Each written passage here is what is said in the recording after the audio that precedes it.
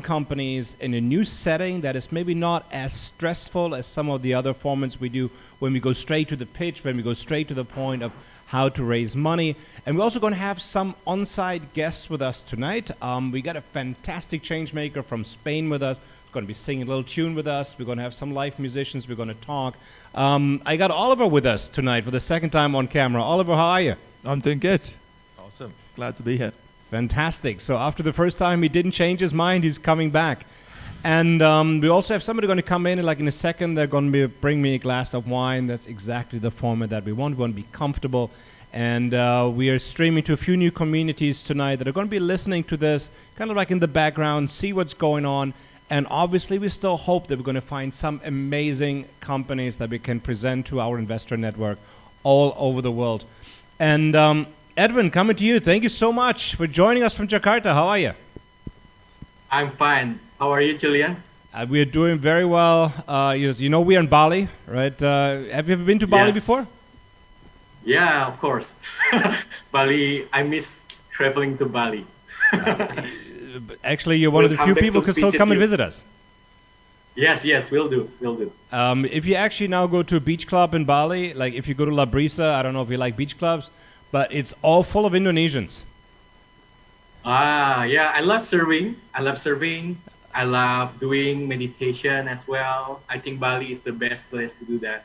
Absolutely. So why are you not based in Bali yet? Why are you still in Jakarta? I mean, no offense to Jakarta, but Bali is a lot cooler.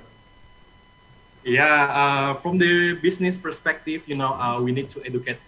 Yeah, talking about the business, we need to educate more like Jakarta people than the Bali. You know? So we are based in Jakarta than the Bali, because Bali already very aware of the plastic.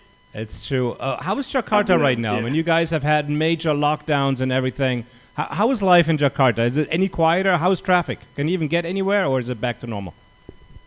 The good news is the traffic is okay, so it's quieter than usual. That's the good news. But another good news, actually, we start to operate like the shopping mall, etc. is start to open. But what we can do is just to take away. Yeah. So it's actually start from last month, but last week the government already permit us to dine in. So it's a good fresh air to our company as well. That's selling the packaging. That's been absolutely crazy. Let's talk about what you do, because you're actually quite famous, right? I've done a lot of TV, but I think you have done more than me. And I'm a lot older than you are. So tell us about Evoware, because I think it's really, really awesome what you do. And I'm so glad we could get you on the program. You're like, you know, one of the leading, most innovative clean technology companies in Indonesia. What do you do? Thank you so much. Yeah, we actually quite lucky as well. Like just yesterday, from 170,000 companies around the world, we become 10 top finalists for the one entrepreneurship competition. So basically, what we did is we want to become, we want to change the world. We want this world without plastic. This is our vision. So basically, by having this vision, we for sure will have three missions. First, we want to create like innovative solution that can change the world, that can change the plastic packaging in this world. So through our seaweed packaging, that's the first one. The second mission is we want to become one-stop solution. So we are not just focusing on the seaweed itself. We want to sourcing all the sustainable material around the world and provide to the customer. So now we have more solution than the education itself, right? So the third one is campaign. We want to become a global campaign. So not just in Indonesia, but globally. But you started with, and that's kind of what made you famous. And I'm going to ask you how that happened, right? Very difficult to get international attention if you're in Indonesia. We live here, we know that. It's a lot easier if you're already in New York and you can knock on the door of CNN or BBC when you're in London.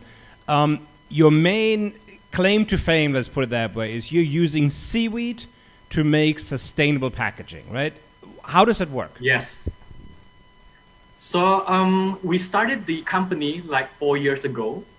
Actually, the first product that we have is edible cup. Have you ever tried it? The Elo Jello cup? I have not The tried it. I mean, you should colorful send. one. I don't know where to get it. I will send you. Yeah, just send us. I will You send can you later. bring it. I have to be in Jakarta actually next week, so maybe I just call you up. I have to get a Oh, passport yeah, for my you can daughter. call me. Yeah. So just try directly. So we started with this product, the edible cup. At the first time, I and my co-founder, actually, David is more famous than me. So because David cannot do today, so I replaced him. So I'm more to the back office guy. So David cannot do. David and myself did found these edible cups. At the beginning, we just want to educate people about what is eco-friendly thing. You can be fun as well as to change the world, right? So we make this Elo Jello cup. It's made of seaweed, and it have like many colors and many flavors. So after that, we found another product. We have collaborated with the scientists, and then we make the edible packaging. It's from seaweed as well, in order to replace the single-use flexible packaging. So we are quite lucky actually at that time.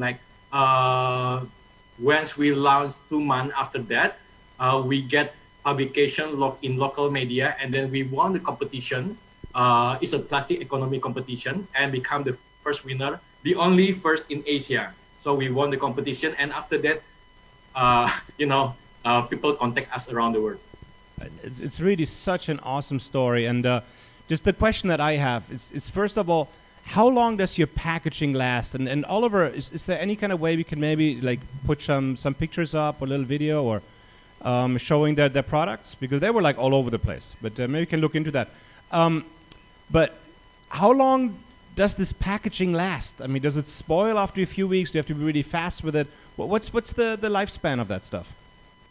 It will decompostable for about 1 month or 30 days. Yeah.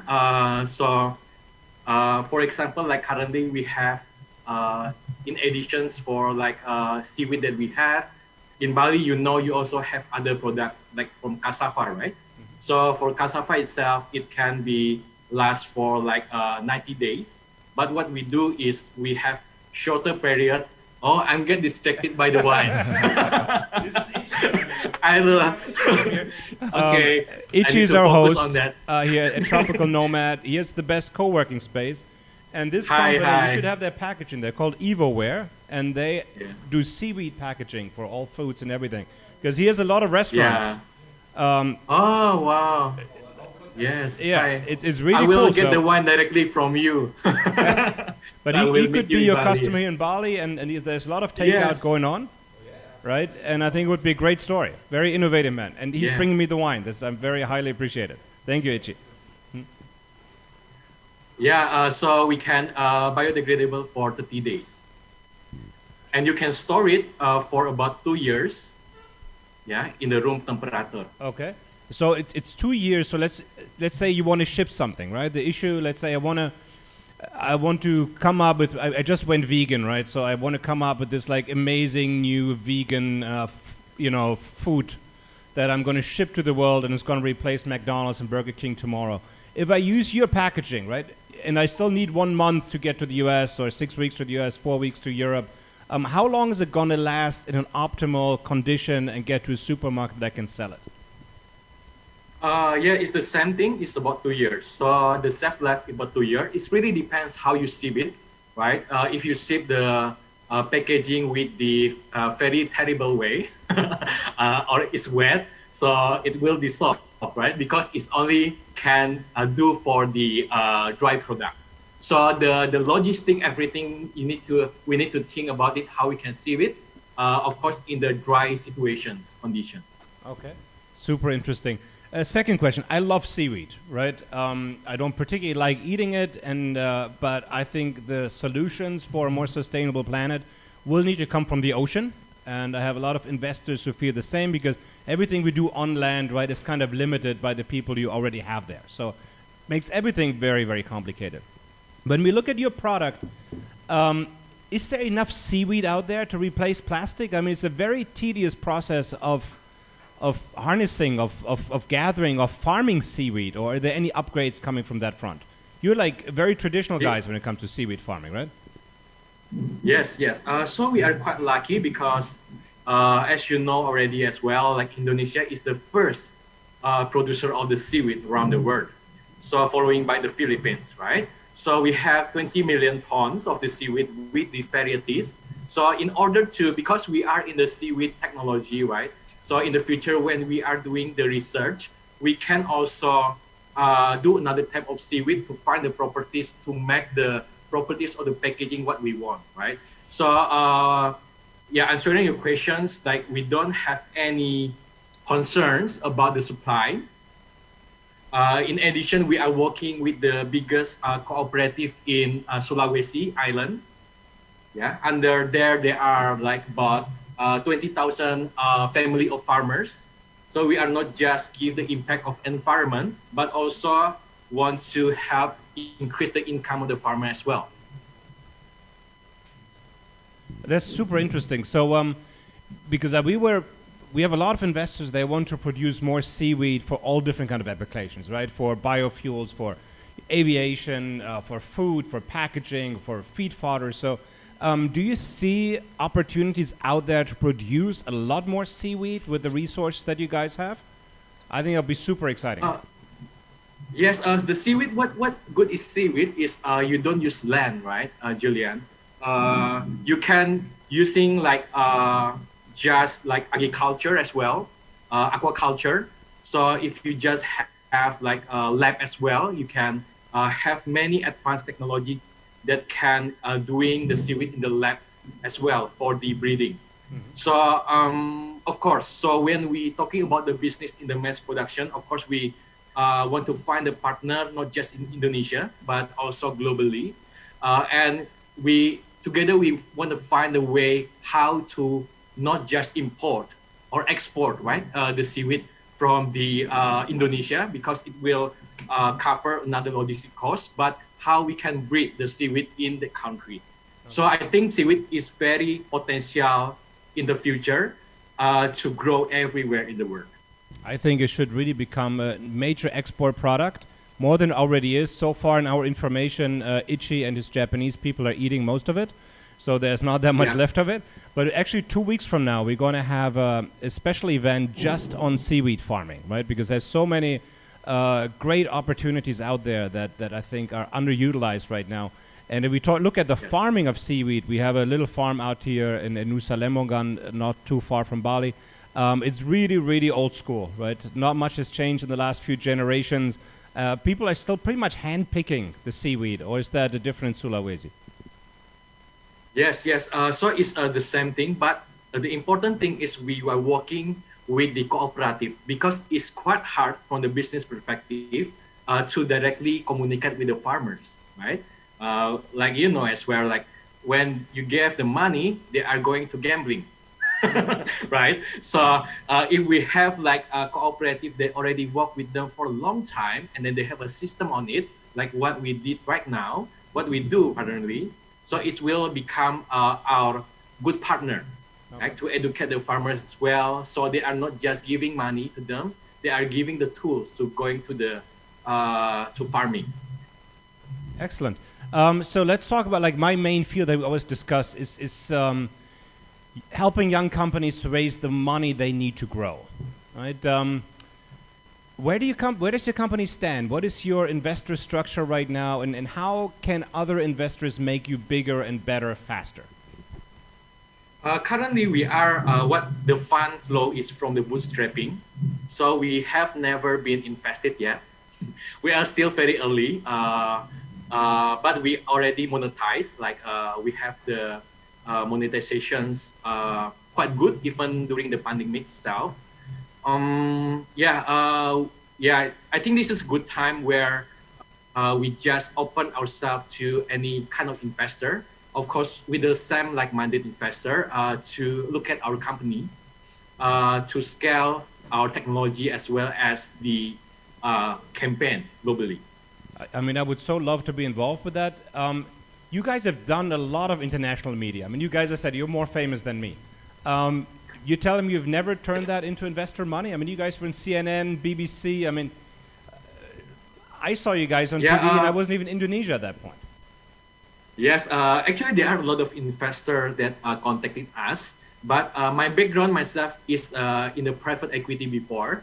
I'm very finance oriented and very, I need to get like some comfort level in the operation itself. Then I want to fundraise.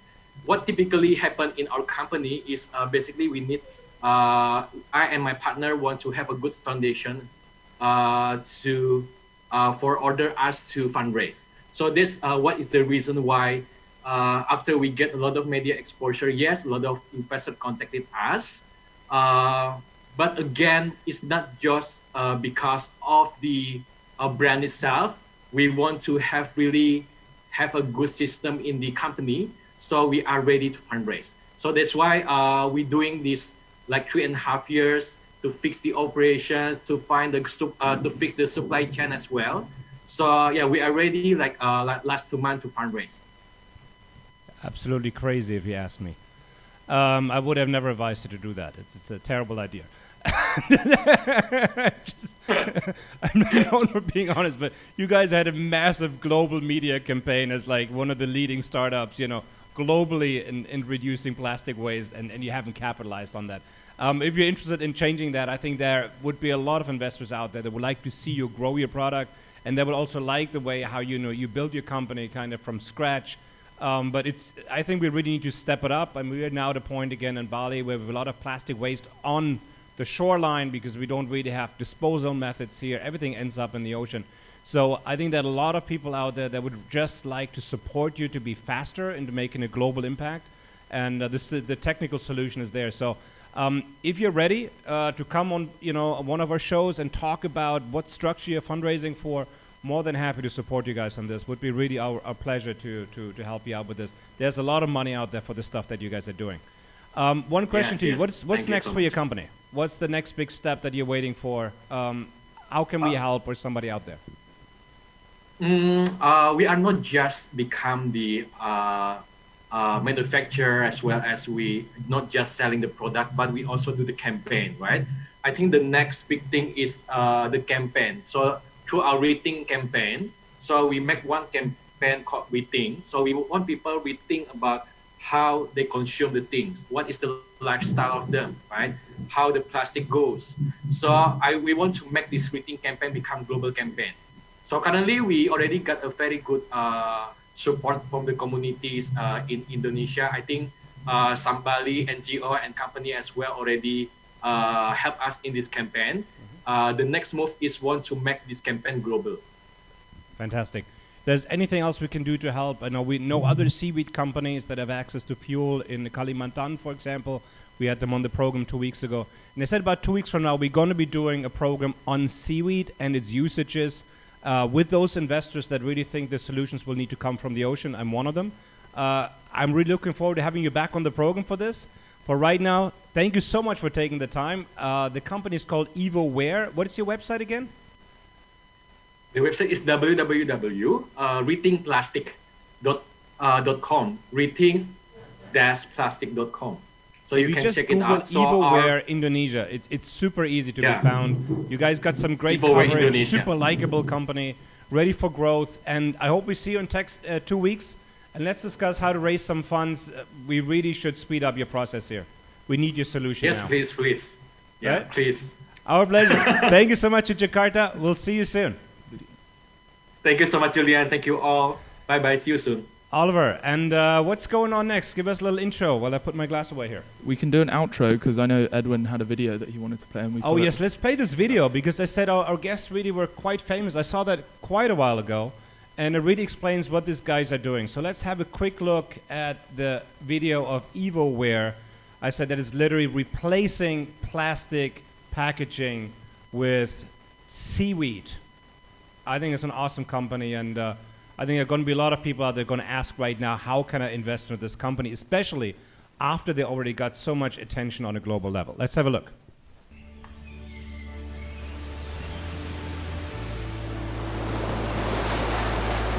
Siapapun dan dimanapun kita, pasti menginginkan bumi yang bersih dan sehat. Begitu juga dengan Evoware. Kami mempunyai mimpi besar untuk memiliki bumi yang bebas dari polusi plastik. Innovation, sustainability, dan collaboration adalah 3 value utama kami yang kami yakini dapat mencapai mimpi besar itu. Innovation, di mana kami berpikir ulang atau rethinking mengenai gaya hidup saat ini dan menciptakan produk baru yang dapat menjadi solusi untuk permasalahan plastik. Sustainability, kami selalu memastikan produk-produk yang kami sediakan menggunakan bahan alami, diproses secara berkelanjutan, dan sampahnya harus terurai di alam.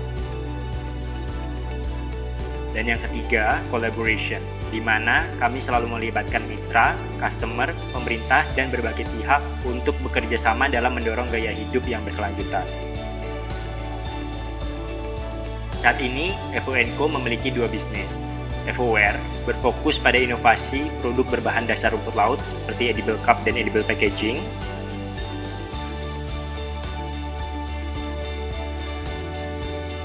Evoware menyediakan berbagai macam kemasan berbahan dasar alami seperti box dari ampas tebu, titah singkong, sedotan kertas, sedotan beras, hingga alat makan dari kayu dan bambu.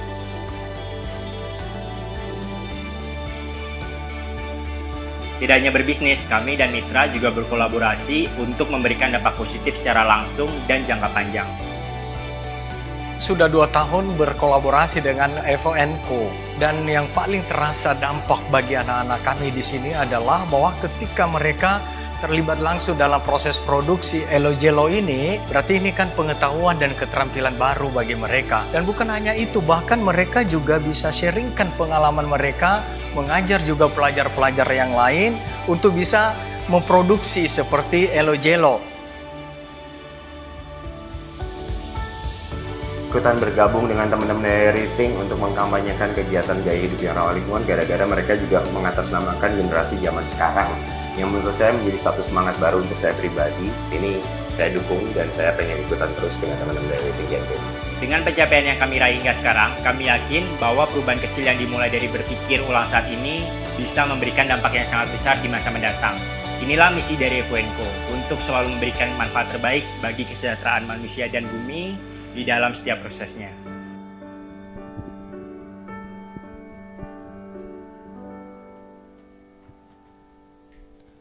This is just super awesome, and I'm so happy that the interview with Evo worked out, and to find really one of the most innovative companies here in Indonesia. The startup culture in Indonesia still sometimes seems a little bit new, and maybe the mindset historically is not really doesn't make it easy to build a company from scratch that's going to be global and big. It has been difficult. I've actually been teaching at a classes here in Indonesia as well for certain accelerators, and we're trying to instill the startup mentality and get these companies that are often a little bit shy to ask for the big money ready to go global. Because if we just look at Evoware, if any other company in the US would have gotten so much media attention, they would be out there raising $100 million at this point, right? And we want these companies to be successful because they're really tackling today's biggest challenges, and that will need some money to be successful. So a lot going on here in Indonesia, and what we like to do here from Bali, we like to talk about many different kinds of businesses, and one of my favorite things, obviously, is talking about the benefits of being a digital nomad, right? We all come from places, or at least in this little community here in Canggu, Bali. We're obviously not born here, but we all chose to live in Bali or spend a lot of time here for certain reasons.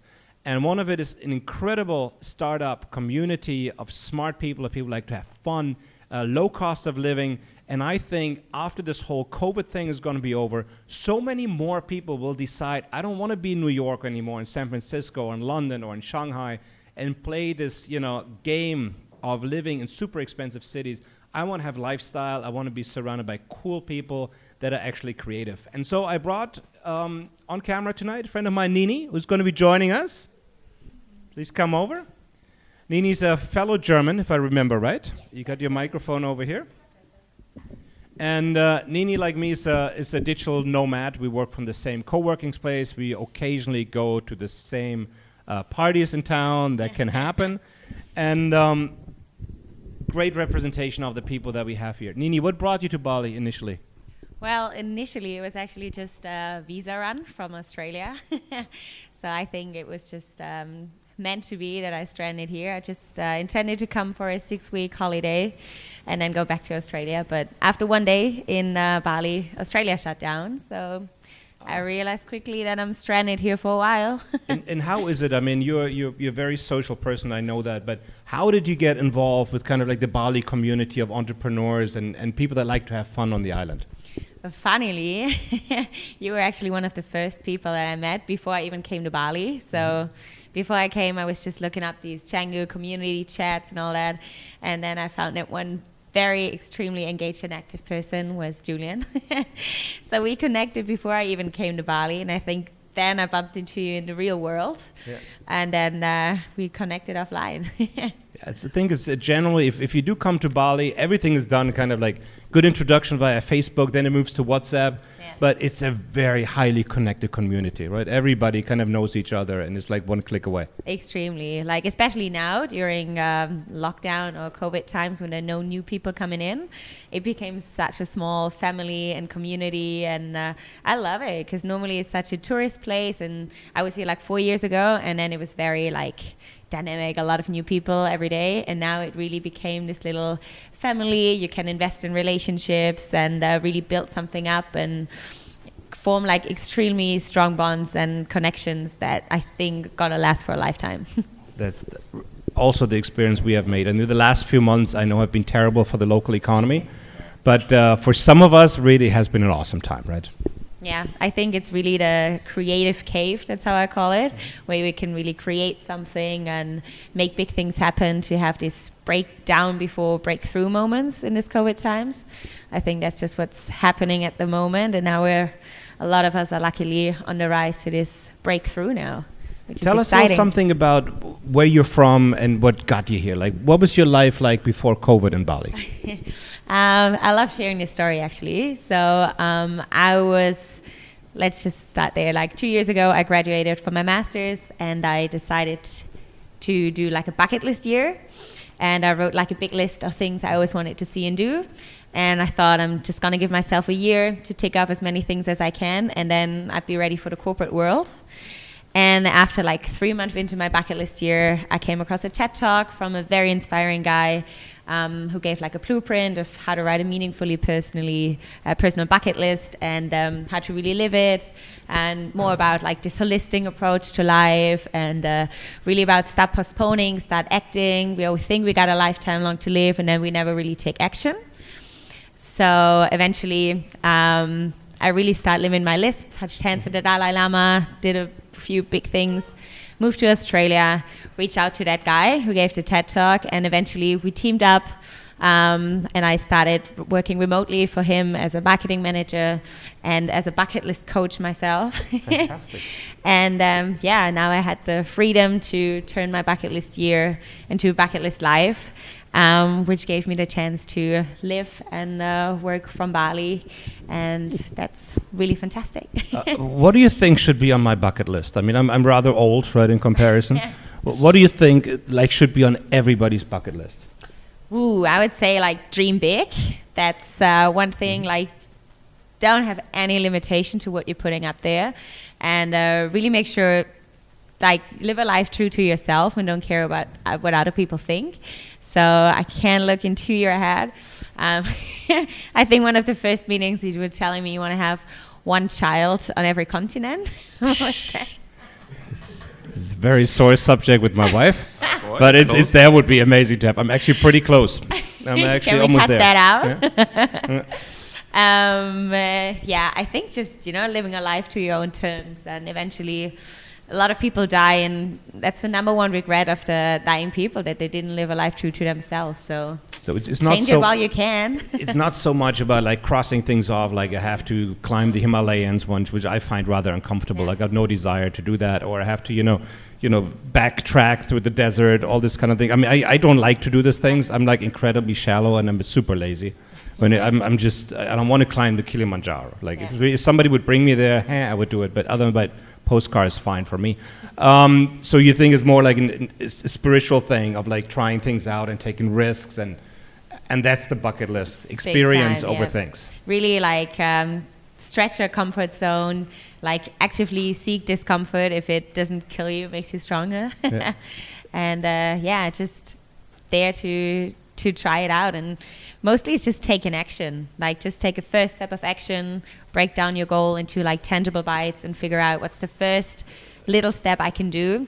And then maybe set a timer for 10 minutes and really just, research something, sign up for, a trial lesson for something you always wanted to learn, or send a message to someone that you always wanted to connect with. And it doesn't have to be all this Machu Picchu and jumping out of an airplane. It can really be like something that's just personally meaningful to you, but remind yourself that life is finite, and don't wait for this like reminder that you got a due date when you get diagnosed with a disease, or something happens to you. Do it before. and especially being German, I mean, I grew up, and you probably had a little bit the same experience. Like what I was taught was wait living your life until you retire, and you work and you live for your retirement, right? And at this point, I get to retire at the age of 73 with a budget of like $500 a month. Yeah.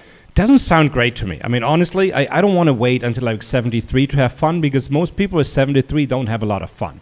So if you're going to start there, I've always done it the other way. When other people say I'm going to start partying at 73, I said I start very young, and I'm now almost too old to stop. Right? I love having fun. I'm so spoiled when it comes to this thing. But what made you overcome kind of like this German limitation of just having to stay at work and like do your duty to the country and service for the next decades? Or was it not part in your family? Actually, my dad always taught me to, go out and live my life up. But actually, like 2 weeks before I handed in my thesis, before I was done with uni, my grandpa passed away, like unexpectedly. And I mean, luckily it was the first death that I had in my family. But it was like the first experience, and I was at his funeral, and it was like one I was crying and one I was laughing, because I was just so happy that he lived such a truly fulfilled life. And I was just thinking, like, how cool is it if you can actually, die and think, like, I fully lived it up and I don't have any regrets.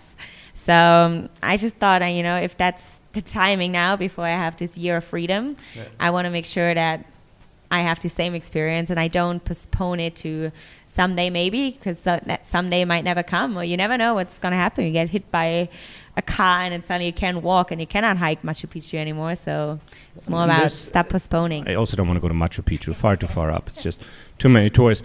But generally, and I think for biggest audience over in California and New York and places like this, so that like investment and that work really, really hard. One of the biggest benefits we have here, obviously, we don't pay the same price. So the big benefit of living in Bali, and for me working in Singapore, working in Germany, for example, is I don't have to work 80 hours a week in order to pay for whatever my downtown LA loft. I can work a few hours per week and I can still, get a beautiful villa in Bali, because the cost here is maybe 3 or 4% of what you would pay in Silicon Valley on the long term. So we have a lot more time to do really, really cool stuff.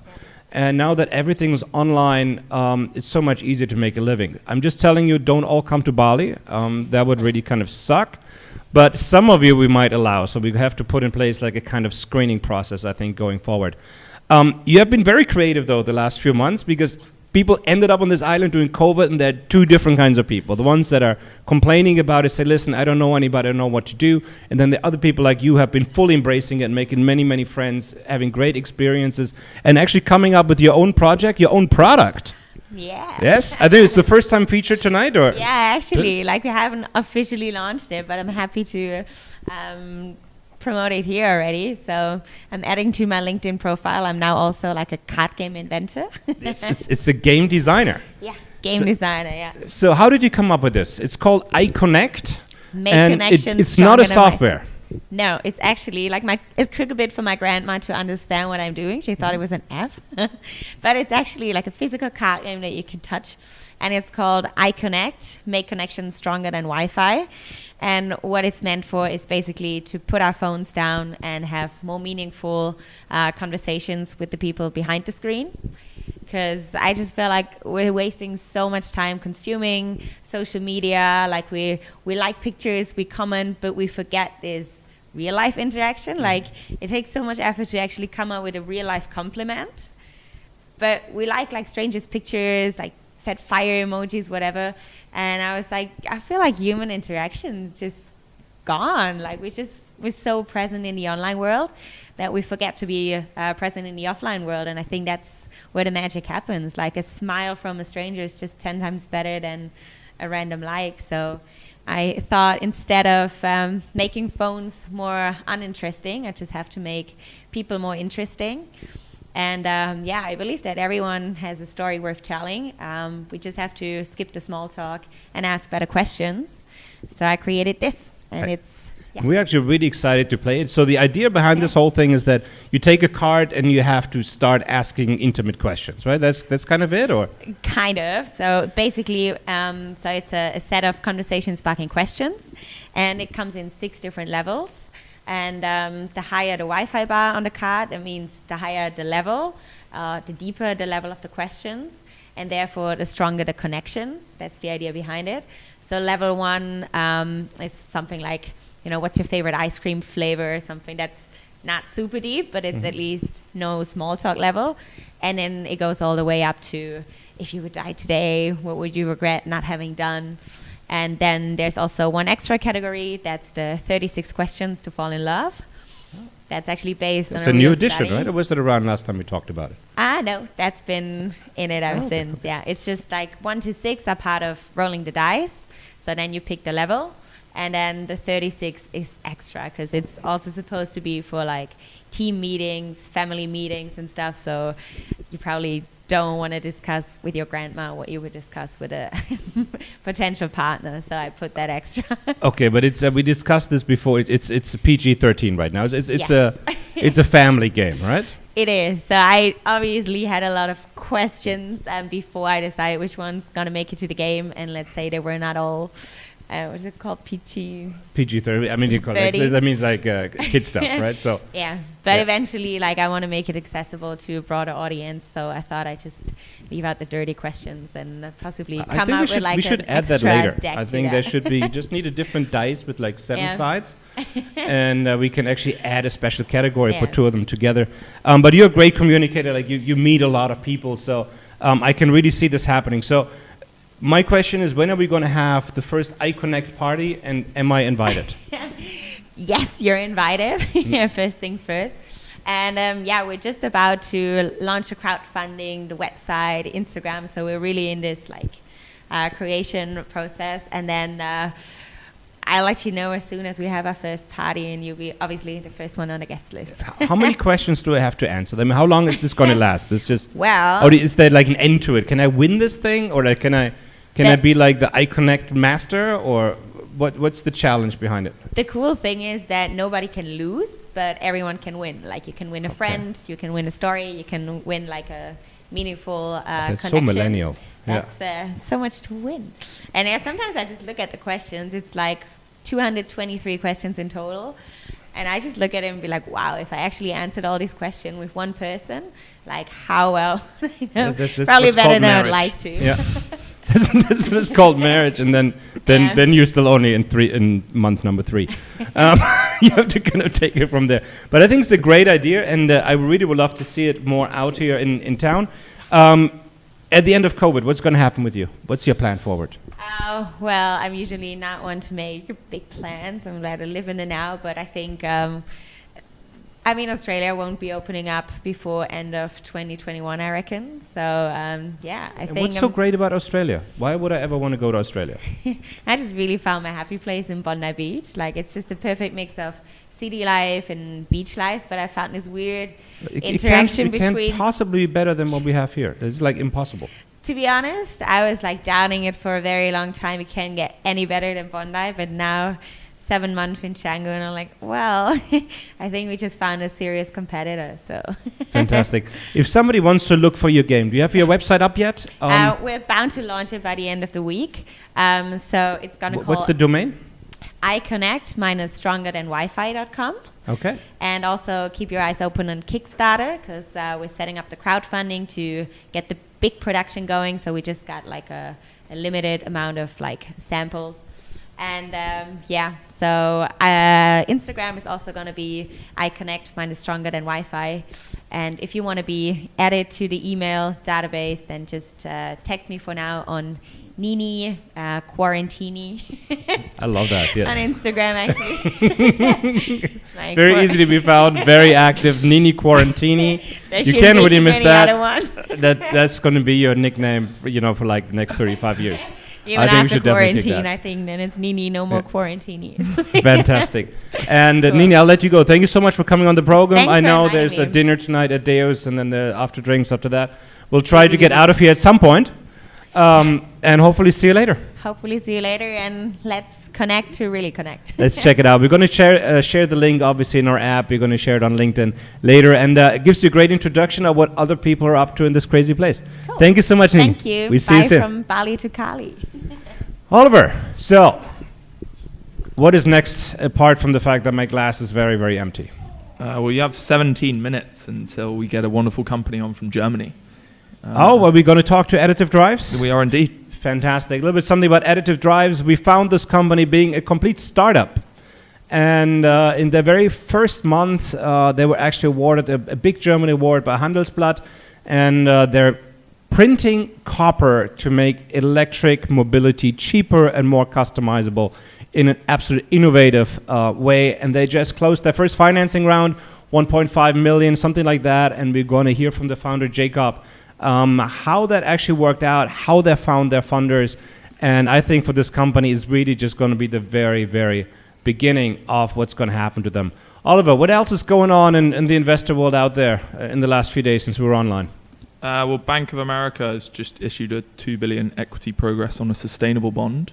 So that's a substantial progress from a commercialized aspect. And the sustainable bond market's really taking a drive at the moment and focusing with brands like Chanel actually issuing a distinctive aspect against that as well.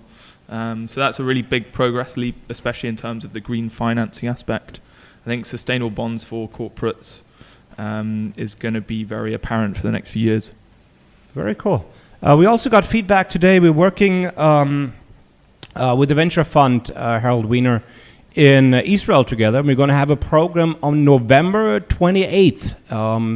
I might stand to be corrected, but we're going to do exventure live from Bali and Tel Aviv, Israel, to present some of the best tech companies coming out of Israel. So you should definitely sign up to our app at members.exventure.co or drop us a message at exventure.co to join our mailing list. We got a few fantastic events coming up, which is at this point, every Tuesday, we're going to be hosting our Clean Tech Pitch Mastermind with Steven Birkenfeld.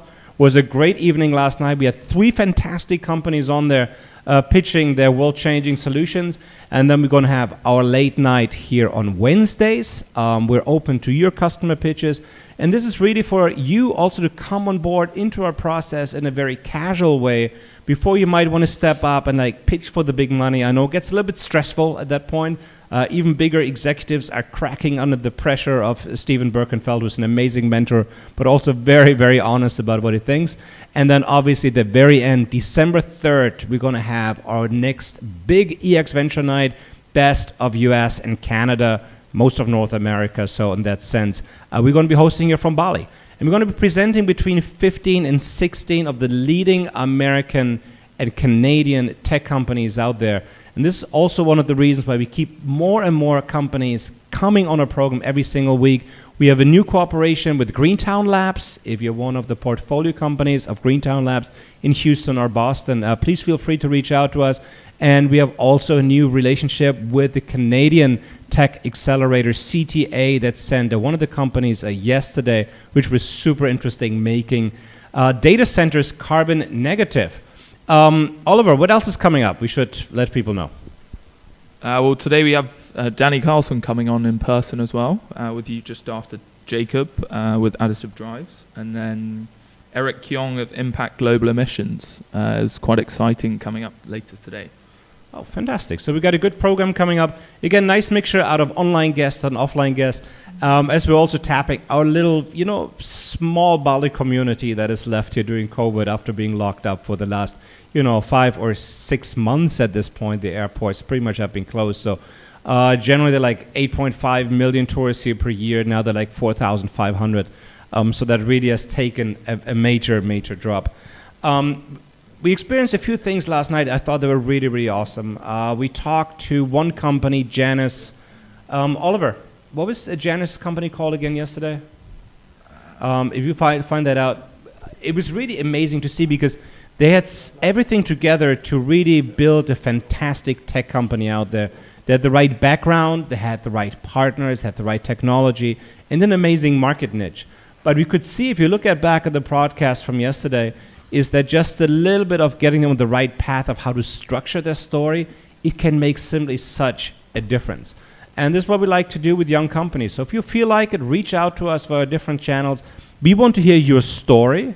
And it's not that we judge your story. We just want to make it sure that like people like me that have been in finance all their life understand it as easily as possible and get excited about it. Because unless you can really get people inspired about your company, it's very, very tough to get them to work for you, to work with you, to finance you, to be your customers, to be your family, whatever you might want from them. So communicating your vision and your excitement in the best possible way is just super important to be successful in any industry, no matter if you're building card games or if you're sending rockets to the moon. Oliver, what else going on in the news? Just on the Janus company, it was Canaan Energy.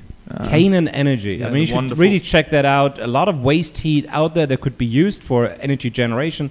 Absolute low-hanging fruit, and super excited to hear more about them in the near future when they really go out for their first raise. Great opportunity for angel investors right now. Would really, really have a look at it. The other things that keep coming up, and you work in a co-working space here, and we're going to see when we talk to Danny later, a lot of people have pivoted in the last few months. Right? You've got a lot of people that came to Bali, for example. They came out of their office jobs, of their corporate jobs, kind of got stuck here and kind of had to reinvent themselves.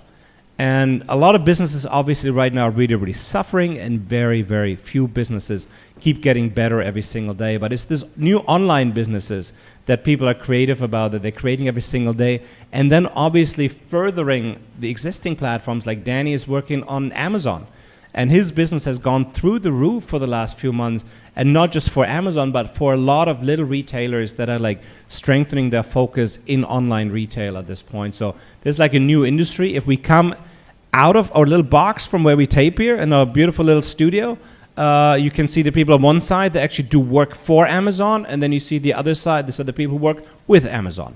That's how strong it has gotten in this digital economy. On the funding side, there was so much going on, Oliver. Is that just because we have so many new friends around the industry? I feel there's like one new deal announced every single day. I think it's just because we're sort of becoming forefronted within that network that you see it more. It's kind of like looking at yellow cars. You think you see more yellow cars, but you're not actually. But it is changing. We're seeing a lot more deals coming on. Uber's just implemented a new 5 million round that they're planning on positioning to EV charging stations in London specifically. They're hoping to have 45,000 vehicles on the road within their network by 2025 that are all electric. So just looking at the funding aspect, that's been heavily focused on the EV market recently, for sure. I mean, if you look at Germany, for example, I don't know what the numbers are. There was somewhere around 25,000 vehicles registered last month, which is like a jump of a few 100%. And last year, Germans very skeptical about electric vehicles.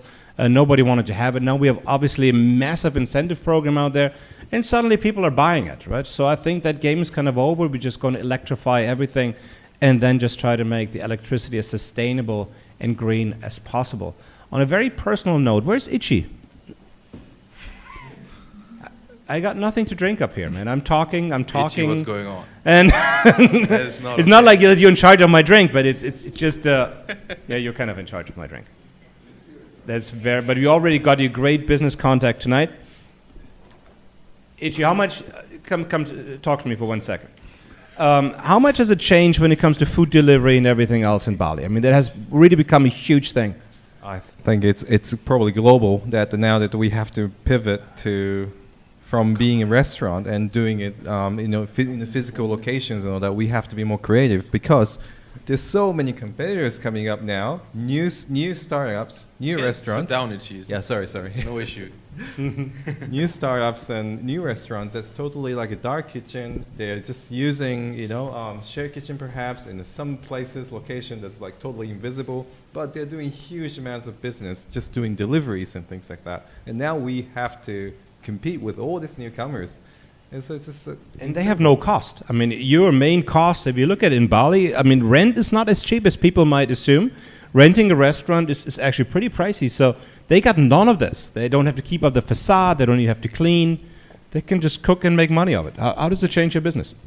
It's been really challenging. So when the first COVID hit, we just tried to do all delivery. So we were totally shut down. We couldn't do any business. So we just went from almost like dropped to 10% of the sales, and it just overnight like that. And so we started to repackage, we started making new menus, we tried to make a new business model, and it was very tough. So we are just trying to survive now. Now Bali is the best place for the people living in here because the villas are so cheap, food is so cheap. Everybody's doing 50% off. Everybody, if you don't get 2 drinks for one and 50% off after that, I mean, I'm not even going to restaurants anymore without a deal.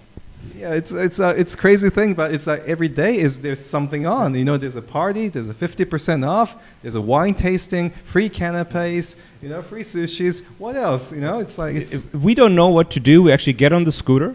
And we just drive around Canggu and Seminyak, and we just stop at the restaurant with the biggest sale sign. Like where you get the best special, today is 60% off and free drinks, we're there. It doesn't even matter what it is, right? But the deals are incredibly good. It hurts business for you guys, but you have been incredibly creative of just staying open and staying in the game. What do you think is the difference between staying open and fighting right now, or just simply shutting down and coming back 8 to 9 months? Do people really come back? I think, Julien, this is also about survival. And if we don't do anything now, might as well we just pack and go. Yeah. Right now is that we just have to keep on pushing, and we're going to have to be patient, and we're going to have to be really super creative. How can we bring the cost down? How can we be more profitable? How can we be competitive and be creative with your marketing strategy? How do you get noticed? This is all we're really stretching our brains and then thinking every day. But if we stop doing all this, then tomorrow when the people do come back, we hope soon, but who knows when, there will not be no more restaurant that you'll be able to operate. There'll be no staff, there's no customer, there's no recognition, pretty much starting from zero. Now, so it's a choice that whether we try to survive now, even though it's a lot of sacrifice for our staff, a lot of sacrifice for us, but we're going to have to do something, and we're going to have to keep on pushing. I think this is time, it's just patience. Yeah. And you guys have been incredibly creative about keeping it going and putting up the specials and the all you can eat and opening up your co-working space to people like us that it was super busy, but it's still busy. It's one of the few things that's still really working. When we look at Evoware, right, I really love this company and I'm so happy we got them on tonight. There should be something for Bali, right? It's totally sustainable packaging for all your home deliveries. Oh, absolutely, because right now all the packaging is coming from China, and it's getting imported into Indonesia, into Bali, and it's taking months to arrive because all of a sudden everybody has to do takeaway. So all the stocks that was available in Bali and say Surabaya or in other parts of Indonesia, it's all gone. And so people was waiting for containers to arrive. Now that's also insane because there's so much demand, but Indonesia itself does not produce any sustainable packaging. That is just, it's nuts. So I think Indonesia, right now, we have to build our own capacity to be able to supply all these sustainable products, be able to meet the demands, and be creative. And I think this seaweed packaging, I think it's very innovative. I think it's sustainable, absolutely sustainable. So much to seaweeds. It's like that is really great because that's really changing the game. And then we, being really creative about how we can use those things. So yeah, I'm very excited, very happy to I think we should bring it to Bali. It's definitely a product that we can use here. And I'm just amazed. Like when we looked them up, I saw them actually before I moved to Bali when the big media campaign was on, and I was wondering what happened to it because it's such an obvious. Relief on the problems that we have, and we've got plastic waste everywhere. I mean, right now it's like pre-rainy season for some reason. I don't know where that came from, but you got plastic. If you go to the beaches everywhere, it's super dirty right now. Just interject on that, and it's a very important point, but I think we're going to bring Jakob online now. Okay, fantastic. So let's, we're going to make a deal with Evo, and we're going to make everybody in Bali know about it, and then we're going to finance the company and take it to NASDAQ and make all the money back that you lost in the last few months. Fantastic. It's a surprise. And the rest of the seaweed, we're going to still sell to Japan. Yep, that's right. We can all eat it all up. You can always sell seaweed to Japan. Ichi is also one of a few Japanese people here in our community, so he has to uphold all the stereotypes that we have. Next time, we're going to bring him on to sing, to test his karaoke skills. Ichi, thank you so much. Thank you, Julien. Thank you. So, as we said earlier, we're going to go back to Germany and talk a little bit about our home industry, which is sustainability and making this a more green planet and helping young companies to become better, grow faster, and sharpen their story and their vision. And I'm super happy that we are joined by Jakob, who is joining us from Dresden, which is not only my grandfather's hometown, which you can hear from my really strange German accent and last name, but is also the home of our engineering. So Jakob is like right down the road from us. Jakob, welcome back to the program. How are you? Hi, Julien. Great. I'm still healthy. That's really lucky, and I'm happy about that. How are you? You're not locked down? You're not even contact person of anyone? Yeah, of course. There is some discussion about lockdown, but still keep our fingers crossed. We can travel a bit, and of course we are using Zoom. Thank you. We have it. I said we are using Zoom, but there's certain things we can't do by Zoom, like running system tests. So actually, our lab in Zittau is pretty much under quarantine at this point. So it's and it's cold and a little bit unattractive, right? At this point in Dresden, how does it look? It's getting winter. I'm just guessing. Yeah, it's getting winter, and it's a good day to work. And you have lots of things to do. Let's give people, for people who don't know additive drives, I know we talk a lot about it, but maybe not everybody heard about it. Jakob, give us a quick summary, what you do and why that is so awesome. Yeah, we are 3D printing copper. That's really difficult. So we have found a way to do that. And we are printing electric machine windings. And that's very much faster than doing it conventionally. And we are able to print very specific high power density electric motors, and this makes it interesting also for racing cars, but also for conventional e-traction and heavy duty vehicles. Excellent. And you have gotten so good at pitching this. This now takes like 25 seconds. And we totally got it, what you're doing. Thanks. So in detail, it's quite complicated. So I hope I got it right. Yeah, we don't want the details. That's your problem, to be quite honest. I have no intention of, building 3D copper printers myself. You've already done that, so it's enough. How the brain works is you don't need to know everything. You just need to know where the source of the information is. That's how a good marriage works. So if anybody asks me about 3D printing copper, I just send them to you. It's much easier that way.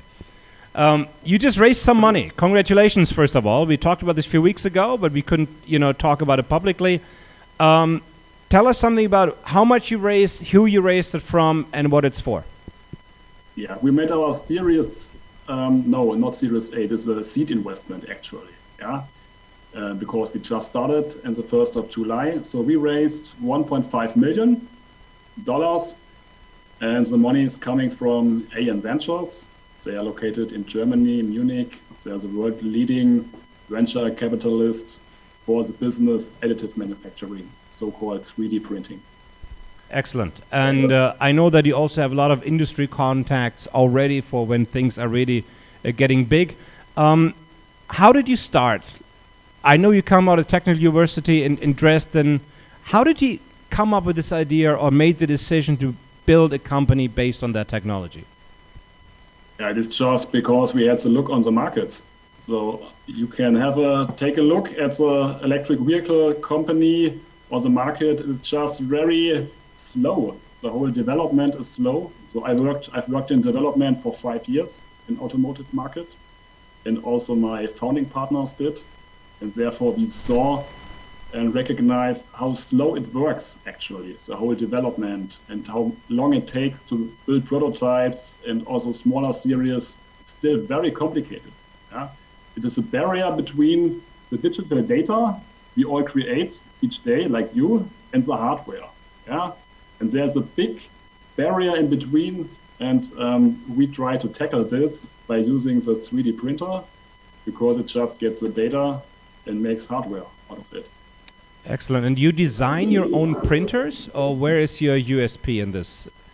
We have unique specification of the printer. So you cannot buy this kind of machine currently. And we all the time further refine the specification of the ideal printer for our application. And now you decided, you started your company, which was pretty recently. I mean, we talked maybe 6 or 7 weeks after you guys got your first write-up at Handelsblatt. So you build your company, you set it up in Dresden, it's close to your university. You made the decision now, I need to raise some money to do what?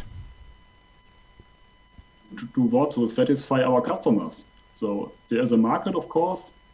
There's a need to fastly building electric motors, and with our technology, we can serve the market. And but you're hiring new staff now, or you're building more machines, or you're buying Google ads? What are you going to do with this? We have to set up our manufacturing to the next level. That means we double the number of our employees, from 10 currently to 20 and to 21. Of course, and we more than double the revenue and so on, and we want to include new customers, new projects, new kind of electric machines, the heavy-duty market, the small-duty market. There's lots of things to do, of course, with the money. It is actually not a lot of money. I mean, it always sounds a lot at the beginning. Other people are like, woo, but I know in deep tech, it's just the beginning. To what extent are you using government funds? I know State of Saxony, we get funded by them all the time, SAB. To what extent are you using that money, that you just raised with government money to leverage your deployment? Of course, you're right. It's not much money, but we are in the market now. That's very important. So we have some value streams, we have customers, we have projects, and so on. We sell really hardware that's already working. So we are not living only from that money we have raised now. And to answer your question, yes, our pre-seed investment, just before starting, it came from the government. So we are very grateful about that. And we are also having some internal research projects that are funded from the Bank of Saxony, so SAB. And we are also in contact, of course, with that kind of funding. Excellent. I mean, I think that you should be able to turn that 1.5 million into at least 3 million, maybe 4 million in funds. Yeah. There are enough ways to do that in Saxony. It's a great state to be in if you're looking for government funding, because there are also Dresden is parts of this where you get co-funding from the European Union, and then the German federal government all ends up with SAB, and they always have really, really good funds available. It's something that if you're not from Germany, many companies can't really imagine. Like we usually turn €1 of revenue into like 3 or 4 using government funds. But as we said, after raising money is before raising money. So I raised money for a decade. I never stopped. Are you already looking for new investors, maybe 6 months down the road? How does this now grow from here? Yes, we are just planning now the next rounds. The question is where we want to go, where we want to be in 2 years. And therefore, of course, as you said, after pitch is before the pitch, we are ready or are just in preparation of the next steps. Excellent. But first of all, I just want to bring you on to personally congratulate you for making this absolutely vital step. I always find seed round is the hardest. It really is, especially if you're such a young company as yourself. That's already past the point. A lot of people don't get there. I advise a lot of people to work with family and friends and angel investors to get to this point. But I know you have done incredibly good presentations in the past, and to get a VC on in your angel seed round, pretty much, I think sets you up very, very nicely for that growth. And we're just very happy to follow you in the next few months. I know we have our common project together as well. and simply see where this goes. If there's anything you need support with or introduction with anybody, you can reach out. More than happy to help you out there in any front that we can. Great. So also thanks to you guys for connecting us to several VCs and other interesting people. So we stay in contact, Julien. Congratulations. Just enjoy it for the moment while you have some money in the bank. And then soon we're going to talk about how to put more money in there. It does tend to get expensive pretty quickly. Congratulations, Jakob. And thank you so much for taking the time to check back in, okay? No problem. Really appreciate it. Bye-bye, and stay healthy. Yeah, bye. As I said, super cool company. It's called Addative Drives. I think the domain is Addative Drives, additives-drives.de, right? Again, we're going to put that up in our app. It's obviously not a customer-facing product. It's more an industry challenge of how to design electric motors that are much more customizable and that also have much higher quality, because ultimately the quality of the copper wiring will decide on the efficiency of the overall motor. And if you want to have a customized motor right now, it gets very, very difficult to build that. I think these guys are really, really onto something when it comes to that. And obviously, Addative Drives is one of our very first companies we presented with exventure Night. So, Oliver, what's next? Well, Danny's on his way, so we've got about 5 minutes left. Okay, cool. So, Danny is a very cool story. He totally pivoted in the last few months since I met him. I've been on his podcast a few weeks ago. I barely remembered it later on until I Googled myself occasionally. There came up this article that said the man that lost 20 million euros. And I'm like, oh, shit. It must be about me. And then I just saw in the next line, it said, and the comeback. So it's a true story. Danny Carlson has a fantastic podcast himself. He has become a very good entrepreneur influencer over the last few months. We have seen him in entrepreneur.com. He has been in Disrupt magazine feature for his work, and kind of pivoting from doing something very, very, I would say classic, being a carpenter in the US, to becoming a digital nomad, professional handstand person. I don't even know what you call that. I don't definitely foresee that in my future or bucket list anytime soon. Super active guy and a great person to talk to. And I have to come up with a great headline to just repay him for that, the man that lost 20 million and the comeback. So Danny's going to be with us in a few minutes. Oliver, what's else going on out there? Well, the Radio Bank and the Dutch Development Bank, FMO, have done quite a unique raise and injection of funds into global agriculture, specifically in developing worlds, to transform a company with a big supply chain called AgroCorp, which trains farmers to improve their environmental and social standards, which I think we're quite apparently unaware here in Indonesia specifically. So it's understanding what waste is and how to treat it. And they've injected, I believe, $50 million into that sustainable fund, which is going to be quite interesting and see on the ground changing effects within developing countries that have agriculture at that front. Let's try to get some of that money.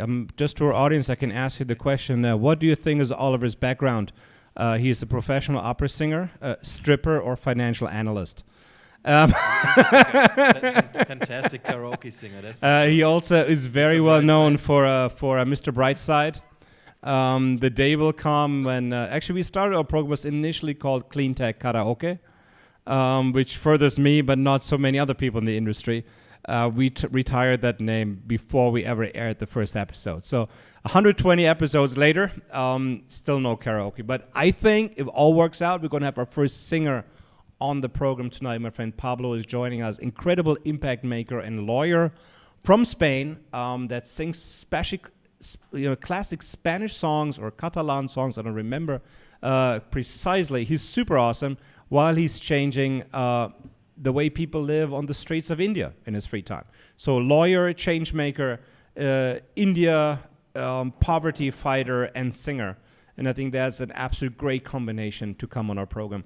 If you're obviously interested in talking to us, check out our app at members.exventure.co. You can also find us at exventure.co, our website. You can sign up for our email newsletter. And our biggest channel right now is LinkedIn. You can find us there, obviously, every single day. We have currently 2 to 3 events per week. We're presenting about 10 companies per week. And then we push about 3-4 of them onto our investor network.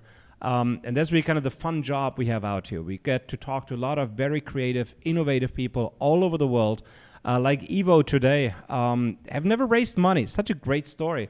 But now we would like to take that company and see how we can help with our network to make them grow faster and bigger and really, tackle the problem of plastic waste as aggressively as possible. Because my sense is, and that's where exventure comes from, we need to accelerate the process of adopting clean technologies. We don't have the time to wait. We need change now. And I'm really, really getting too old to wait. The last 12 years have been going too slow. So we want to give these companies the support like we didn't have back then. You just bring their products to market faster, find the right partners, and go global as quickly as possible. In the case of Evo, hopefully without plundering the entire seaweed resources of Southeast Asia. We should have a little bit more of that. That's why we're going to have a special event about seaweed in Southeast Asia and other parts in the world about 3 weeks from now. 28th of November, we're going to have exventure night from Bali and Tel Aviv. We're going to present the best Israeli tech companies that are coming on the market right now. And then our big event, exventure night, Bali, but with the winners of the US and Canada on December 3rd. So sign up to that event on LinkedIn. It's probably the best way to reach us. Julien Uhlig, I'm easy to be found, or just Google us. You can actually, I'm also quite easily found on Google. Most people just Google my wife and my net worth. Strangely, that has not changed much. But occasionally you can find a good link. So I don't know who always keeps Googling my wife. But if you type me in, you're going to see it. I question you right now. Type my name, Julien Uhlig, actually with an E. It's actually Julien, into Google and see what you find. The first thing that comes up is always wife and net worth. And no matter how much I work in impact, probably it's going to stay like that forever. I don't know. It's just, it's the way how it is. We're here in a beautiful place. It's called Canggu, Bali, that you might have not heard of. If you go to a website called Nomad List, you can read up quite a lot about it. They have actually done a big study, or there's a membership website that shows you where's the best place for digital nomads to live in the world. And Canggu and Seminyak and Uluwatu and Ubud, if you go like the top 20, like 5 of those places are on Bali, and none of them are further away than a half hour. So you can easily combine all 5 of them into a nice weekend program. And I do feel that we're kind of living the future here, because we moved out of these expensive cities. I personally lived in New York, Los Angeles, Tel Aviv, Zurich, you name it. And we got out of all these places, and now we have this beautiful beach community here with beautiful, very healthy people that are very, self-aware, that work on self-consciousness, on connecting, on doing something else than just kind of keeping up with the Joneses. And especially for the people like me that lived in the US most of their life, that might be a big change, but it's super, super rewarding. So not that I'm telling all of you to come to Bali, because it's already a little bit packed here once the tourists come back, but I think some of you would like to have here as we're building our entrepreneurial community, and we're helping people here to build better companies over the next few months. So we're going to be talking about Amazon a little bit, and that's one of the big opportunities that obviously come up over the last 20 years. And now, especially if you're in the US, there is pretty much no way around it anymore. Like, COVID has even accelerated that trend. A lot of industries are dying. If you look at who has been filing for bankruptcy, from Victoria's Secret to so many big retailers in the US, the world is changing. Retail is dying. And I don't think it's because of COVID, but COVID has kind of accelerated this entire process because people are less likely to go out. They have different priorities, and Amazon has made it so easy to order from home, and we want that instant satisfaction. It's kind of the one thing that we kind of miss in Indonesia. We literally still go to small stores, and there's one store that sells brooms, and then there's one store that sells silverware, one store that sells coconuts. So this is very classic here. But I think in the US, there is just simply no way around Amazon at that point. And a little bit different still in Europe. We still have a little bit of a choice. But as retail has really plummeted over the last few months, Amazon obviously is absolutely skyrocketing and showing us that there's still a lot more opportunity out there. And Danny just came in. Oliver? Yeah, we got him. Excellent. Come join me up here. It's payback time for your last article. Well, you got me being on the studio setup over here. here, though. This thing's looking great. Yes, it's evolving every single day, and we have done 115 episodes in the last 3 months. That's impressive. And we're also a bit faster in editing them than you are. We pretty much go live and we cut live and everything else. But great podcast. Thank you so much for having me on your program last time. Yeah, I got a lot of really good feedback from that episode because you're sharing your stories of the crazy entrepreneurial journey that you went through getting your big disruptive company off the ground there, and like almost just the whole thing exploding on you. Well, and one time literally exploding on you. So quite exactly 2 years ago. Actually, just popped up on Facebook yesterday that 2 years ago, my staff and I were stranded in Bali, pretty much cut off from any kind of funds, and the operation going up in flames, not just literally, but like in England, they literally set our operation on fire, right? So it really did happen. It was a crazy story. I'm just sometimes very honest and I talk a lot. So I gave him all the nice details on that. What's the best place to find your podcast? Just iTunes or Stitcher or pretty much any podcast platform these days. It pushes out to all of them. But the Danny Carlson podcast, just search for Julian's name on there, and you guys can hear that one. So a lot of entrepreneurs have had a business blow up on them, but Julian's one of the only guys I know who literally has had his business blow up on him. Yeah, it sounds funny now. Now, it makes for a great story, and I got to say, it really changed my life. And ultimately, really for the better. I mean, we have a more fulfilling, more fun life now than ever before. Actually, the time when I was like on paper, I was like incredibly rich. It's much, much better now. But something very different. You pivoted very strongly when you came to Bali. I mean, your background is in carpentry, I read in my own podcast. Yeah, I was a carpenter for 6 years, pretty much while I was still in high school. Just started doing that for apprenticeship, and I toughed it out for 6 years and didn't like a single day of it, to be honest. So I just had a harsh pivot after a near-death experience that I had racing longboards in the Philippines, and just decided, you know what? I don't know much about Amazon e-commerce, but I'm going to learn how to do it, and I'm going to make it happen because I was just done with carpentry. What's wrong with carpentry? For people like me who mainly work in talking and finance, like we sometimes wish we could like mold something out of wood and build something amazing. It's not that cool? I mean, it sounds all romantic when you're saying it like that, but I was working in like framing of residential housing. So in Vancouver, it rains pretty much the entire winter. So I'm out there in the rain every single day, hard physical labor. And the thing I liked about it the least is that once I kind of learned how to build a house and all the ins and outs of that, it's basically just rinse and repeat time for the next 30, 40 years of whatever I want to have for a career, right? And the only way for me to make more money is just to start my own construction company and just like dedicate myself to making cookie cutter houses over and over again. So that just wasn't appealing to me at all at that stage. I kind of reached the ceiling of what I could make as just a regular carpenter without starting my own company. Mm-hmm. And I just saw the writing on the wall of all the career carpenters who were in their 40s and 50s, and none of them were people that I really wanted to emulate, you know? Yeah, this is something you look forward and say, listen, there's nothing in there. Whenever I go to Germany, I see that like as a whole country. Like I just don't want this in my life. It's fine for them. If you want to be a career carpenter, great, right? But it didn't work out for you. So what got you to Bali? What brought you out here? I kind of always, like getting into the online space in general, I was really inspired by the Tim Ferriss's 4-Hour Workweek book that I'm sure a lot of you have heard about before.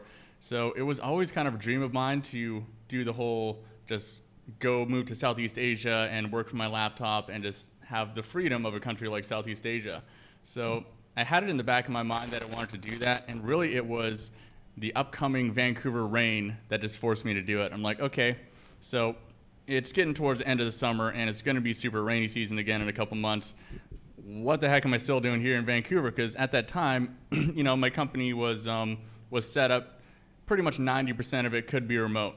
I just had to set up a few different things, and then I could just pack my bags and go to Southeast Asia. So I'm like, why the heck wouldn't I do it? There was very little reasons not to do it with the way I had my company set up. So put in a little bit of work and bought a plane ticket and just came to come test it out.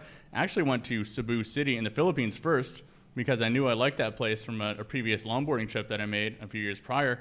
And it just didn't really jive with me there. After I spent 4 months there, and I realized that I was missing an entrepreneurial community, and I was also missing kind of like a good health and fitness community, because one unfortunate thing about most of the Philippines is that healthy food is very difficult to come by in those kind of communities. So Bali checks off both those boxes with a big exclamation mark. And I just did a little bit of research on it and saw it was pretty close, so bought a plane ticket here, and I've been stuck here for almost 2 years. Oh, wow. And you're also very active. I mean, I described it as handstanding, whatever you do. Is there actually a name for, I mean, I know there's probably a much more elegant name. It's not handstands, but what do you do? It looks very muscly on Instagram. Oh, that's why I do it. You know, those muscle pictures on Instagram, just that's priceless. what I do it. That's actually why I do the whole program, just to have an excuse for putting, shirtless pictures of me on Instagram. No, but what is it called? So acro yoga, or my favorite kind of subset of that, standing acrobatics. So essentially, I'm usually the base, the person on the bottom, and then there's an acro partner on the top, usually a smaller woman, doing a handstand in my hands. So I'd be helping her balance, and then we'd maybe be pushing up to higher positions or transitioning into other kind of poses.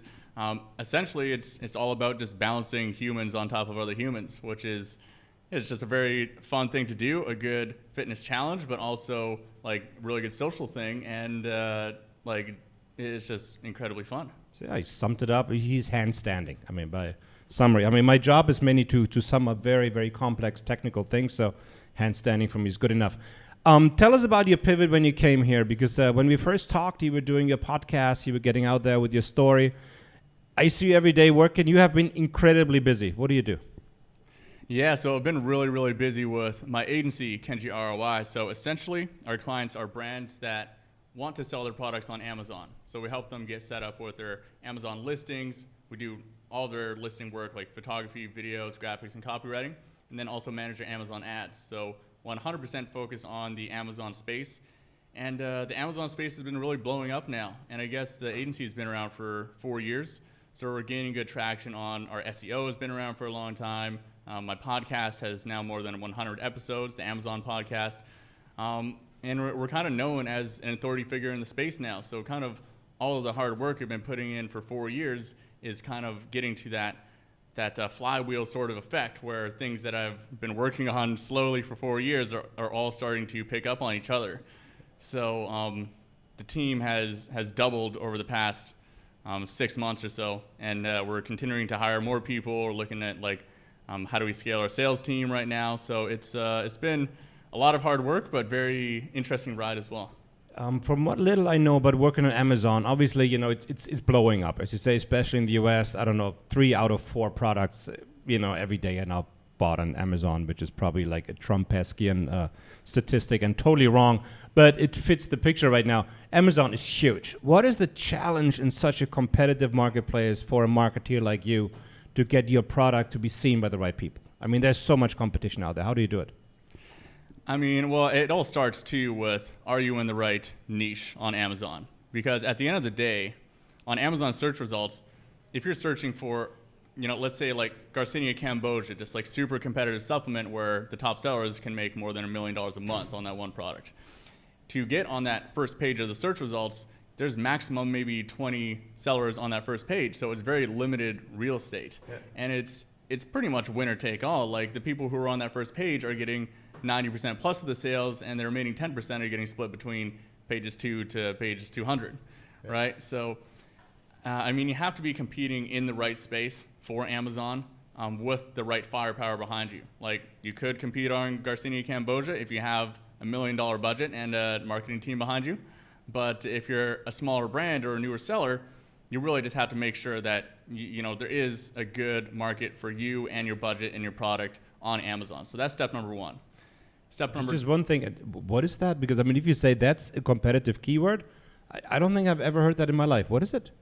Garcinia Cambogia is like a popular weight loss supplement. So okay. I guess the target would be overweight women mostly, and it's a supplement that's supposed to help you burn fat, I guess. I will not comment on that. But it is a competitive workspace. Yes, I can see it. There's a lot of demand for that product. Yeah, Americans, especially in the US. Yes. I'm not going there. Just move on now. So yeah, definitely you have to be in the right kind of market. And then number 2, then you have to have a really well optimized listing. So e-commerce is just a totally different buying experience than in the store. So in the store, for example, you have a shelf and you may be comparing 6 products against each other that are on the same shelf space. But on Amazon, there's thousands and thousands of products that could be pitted against each other. And if you're on the search results page, you're seeing 20 to 50 products on one search results page. And then once you click onto the product, you're seeing on average 27 other products when it comes to maybe someone's running ads on that product, or there's Amazon's always like suggesting similar products or better versions of the product and stuff like that. So there's just such a huge amount of good options for the customer that if you're not super optimized, then it's like all of the clicks and attention are going to go to the listings that are more optimized with better photos, more reviews, better optimized titles and everything like that. So the foundational piece on Amazon is just having a really well optimized listing that is going to stand out from all your other competitors and is going to convert at a higher rate than your competitors as well. So if you're bringing, it used to be so easy, right? Like back in the days, not wanting to sound overly old, but like 15 years ago, 16 years ago, if you wanted to put something on YouTube, right, and on eBay, you would just upload it, put up a listing. It was by far not as competitive. Probably somebody would find it. If you're now a new business and you decide you want to sell your products on Amazon, what does it take to be competitive for a regular product, right? Something in a regular, you're not building something super, super innovative. You just want to sell a regular product on Amazon. How competitive do you have to be, and how much money do you have to be willing to spend to get up there on that listing? It's probably not for free.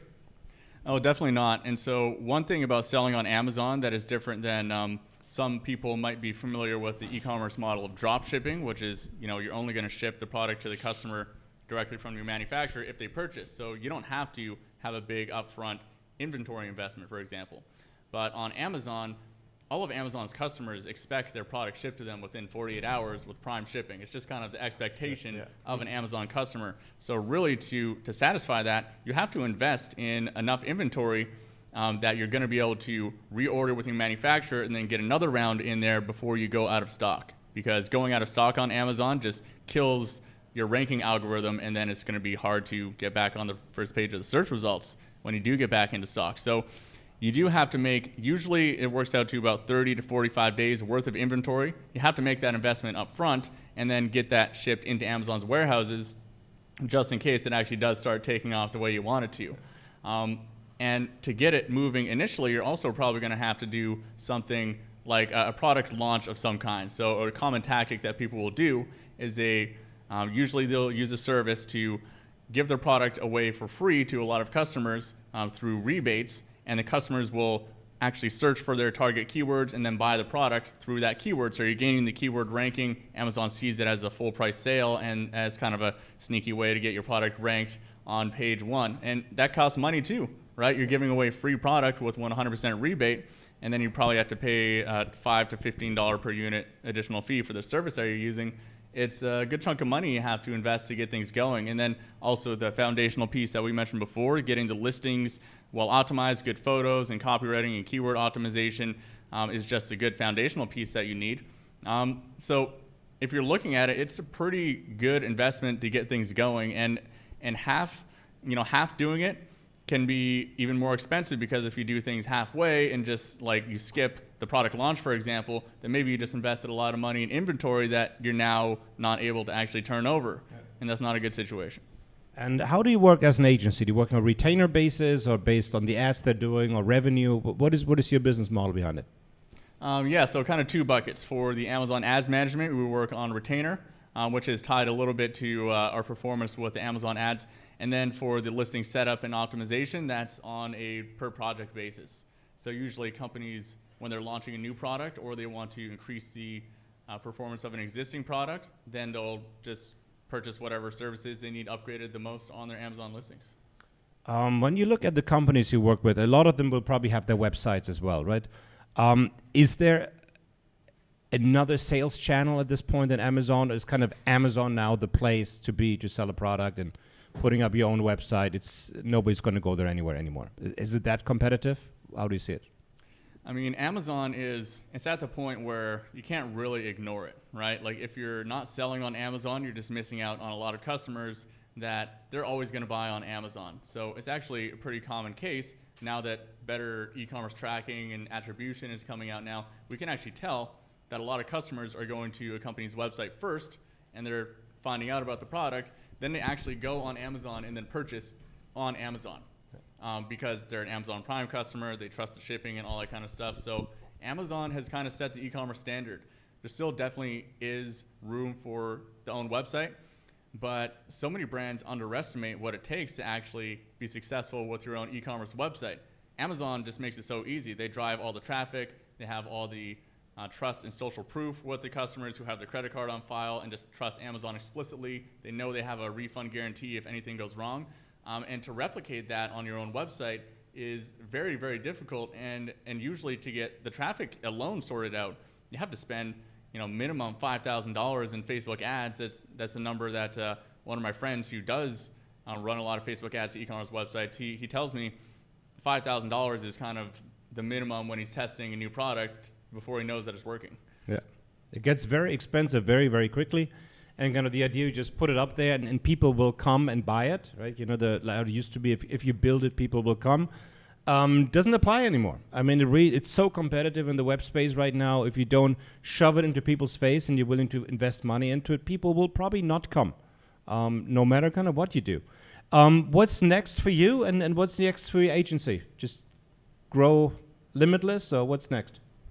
Yeah, I mean, we have a direction of where we want to grow, but I'm really lucky to have some really awesome mentors on my side who have grown very well ran and very successful larger agencies. So they're helping me out with what needs to be done for us to reach that next level.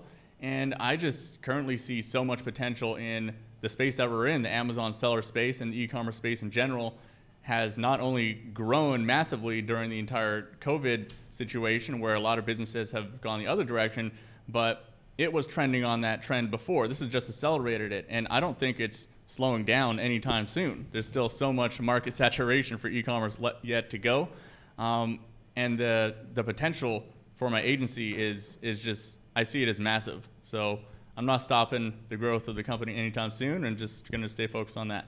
Cool. And you're going to keep doing that from Bali, or are you going to go back to a more digital nomad life? I mean, many of us, they call us digital nomads, which in my case, for example, is totally not true. I'm not overly nomadic. I go to one place to work, and then I stay there as long as I like it. How is it for you? Are you more the nomadic type? You like to switch every 3 or 4 weeks, or are you just going to stay here, work from here, or go back to Canada? Yeah, I just feel like making Bali my home, really. So we're looking at different options for long-term residency and things like that. I have an awesome girlfriend here, and we want to get a nice property in the mountains, something like that. But personally, I did a lot of my traveling when I was younger. Like at one point, I was a professional downhill longboard racer and traveled to many different countries to compete doing that. And a lot of that was like living out of a van and just constantly, you're in a new country every week or every 2 weeks or something like that. And that was great, but I kind of got that out of my system, and I much prefer now that if I'm traveling, I want to spend at least a few months in a place to get to know it and explore instead of just like constantly finding new things. So I feel like, I still like to do some traveling, but, smaller stints of traveling. The whole nomad, just base myself from all these different places, isn't as appealing to me at this stage of my life. No, I actually dislike traveling at this point, and we just have such an amazing place here, so they don't know where I should go and why I should go there. If you're a young digital nomad, you want to get involved and jump on this Amazon, train that obviously accelerating every single day. What do you think should be a good step? If somebody wants to do what you're doing, should they reach out to your agency or start running their own ads? How can you get into that business? Yeah, so I think I think my business model is a really good one to get into because it's a service-based business model. So I see a lot of people that they get themselves into Amazon FBA as a seller because there is so many courses, teaching people how to sell on Amazon and a million YouTubers these days.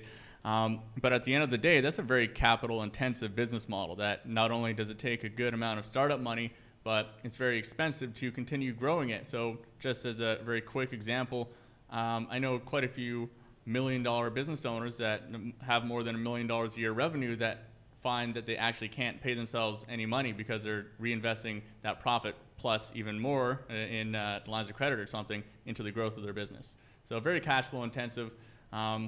So I think it's much better to at least have one income stream that is much more steady, like a service-based agency, like my agency. So if you do have the goal of starting an Amazon FBA brand or something like that in the future, maybe it's a better approach to learn about Amazon and to start offering your services to other sellers, and then maybe grow your Amazon actual business on the side with the cash that you're making from the service business. So that would be my recommendation to anyone who, unless you have 50 grand in your pocket to just go start that business, and maybe it's a different story, but I would recommend going the service route just to learn. That's actually a great advice. And, we come out of the very capital-intensive hardware world. And if you can do something in service to get started, I said, to learn the industry, and I said there's so much need to support businesses right now in their growth in Amazon. And I know a lot of business owners, and some of them are really barely able to use their mobile phone. So they're definitely not the right people to run, a global, marketing sales campaign. So it's a great way to get into this kind of market. We're looking forward to keeping you here in Bali. I mean, I think we're all just going to stay here because where else we're going to go? And it's just super really nice. Hard to beat. What's the best way to reach out to you if people want to work with you?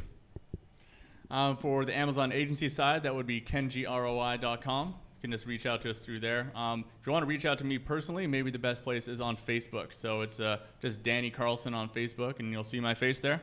And happy to chat. Fantastic. Thank you so much, Danny, for coming in. Don't want to keep you from working. I know the night hours, you're always active out here. Thank you so much for taking the time. We'll talk soon, right? Thank you very much. Thanks, Danny. Such a different world. If you just put it on here, I think we're going to be fine. And Ichi, again, is slacking heavily, but I still got one sip to go. I don't know what's happening to the Japanese people here. Really awesome. But you kind of see the amazing... Ichi, you can always... you just come on. We're going to make this a thing now. It's Ichi with the wine. And then you can also, take the time every week. We can invite people to a new restaurant. Are you having a special tonight? Wine tasting.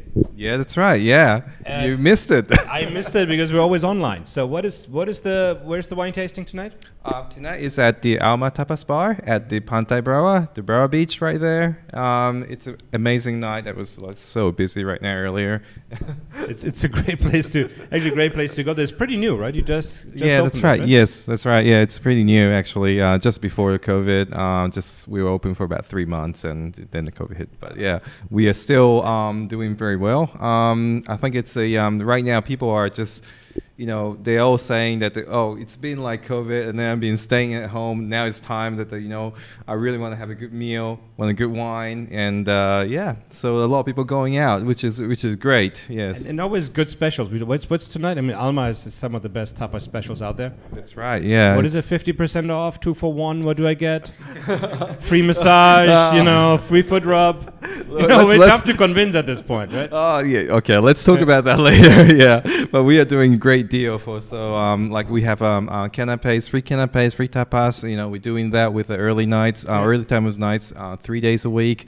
So come down, early 5 o'clock, and enjoy some of the best wines in town and best food. Yeah. I mean, last night, thank you, Ichi, very much. I really appreciate this. We had a fantastic pizza. I know. We had a great pizza special last night. It was all-you-can-eat pizza, which does beg for the question: how many pizzas do people actually eat when they go to a restaurant? Because I got that special, I thought it was amazing. I ate one pizza, I was full, and then I was like, yes, I got nothing out of this deal. It just sounded a lot better than it ultimately was, because I'm not going to go there, eat 3 pizzas, and then spending the whole day running in the heat. One of the few things, if you do live in Bali, it tends to get really, really warm here, especially when the sun is out, which is most of the time, and then just go for a beach run just to work off that pizza. It just gets really, really, really, really, really, unpleasant at times. So Oliver, what's going on next? Pablo's on his way, driving by car, interestingly, in Bali. And we have From where? Yeah, we'll see. He's 7 minutes ETA. Okay. And then we also have Eric coming on at 8 p.m. So we've got a little bit of time to kill right now. We have some people sitting around here. We got some people who might want to share. Right now they're just boozing along. Who else is back there? We got more, marketing experience here. I don't know if she feels like sharing. Come on. So she's more the shy type. Why not? Come, join us for a few minutes, Cacau. Tell us your story. Because I want to know as well. So, with me is Cacau. Hello. One of our best friends here in Bali. Yeah, I feel like you know everything about me already. You don't need to ask me. You can I- just tell the we story. The rest of the world doesn't. I know actually a lot of stories about you, but maybe not going to share all of this right now. Tell us where you're from, first of all. I'm originally from Brazil, Mhm. although I have spent a lot of time of my life in Sweden. So I feel like my heart is half Swedish and half Brazilian, but I'm originally from Brazil. And what brought you to Bali? Oh, Bali was always a place I wanted to come and see because I know of all the. It's a very inspiring place to be, and I wanted to come here to meet people that are like me, because I was doing my nomad life already before I come to live or to Sweden. I mean to Bali. I was in Sweden, and there I was working remotely. So although I was living there, I was working remotely, and I felt like, okay, I want to meet more people that are like me. Where are these people? So I started to research, where are the digital nomad cities? Where can I meet people who can inspire me? Where can I do yoga at 2 p.m.? Because in Stockholm, you can only do yoga at 5 or 6 when people are done with their 9-to-5 jobs. And I'm free to work whenever I want to work and do yoga whenever I want to do yoga. So I felt like, okay, Bali might be a place I need to check out. When was that? When did you arrive here? That was November last year. So short. You must have just met like when you arrived. Yeah, we met right when I Wow. arrived. Yeah, that's correct. I have been. I'm becoming the guy nowadays almost the longest. It's so weird. No, you are one of the people that I met my early time here, and the one that inspires me a lot. When I met you, I remember I came to your place like super late. You had a party, but nobody else was there when I came. I was like, oh, the party's over, great. Everybody left, and it was just you and me, which was great, because I could sit down and actually have a conversation with you and connect. And I felt very inspired by your life story and how you have been around for a long time too and still love it, and seeing these new faces in Bali every day. Yeah, I like it. It's amazing. It used to be so different in Bali, right? Before COVID, there used to be a lot of fluctuation. Oh yeah, and it was we had so this many debate, people.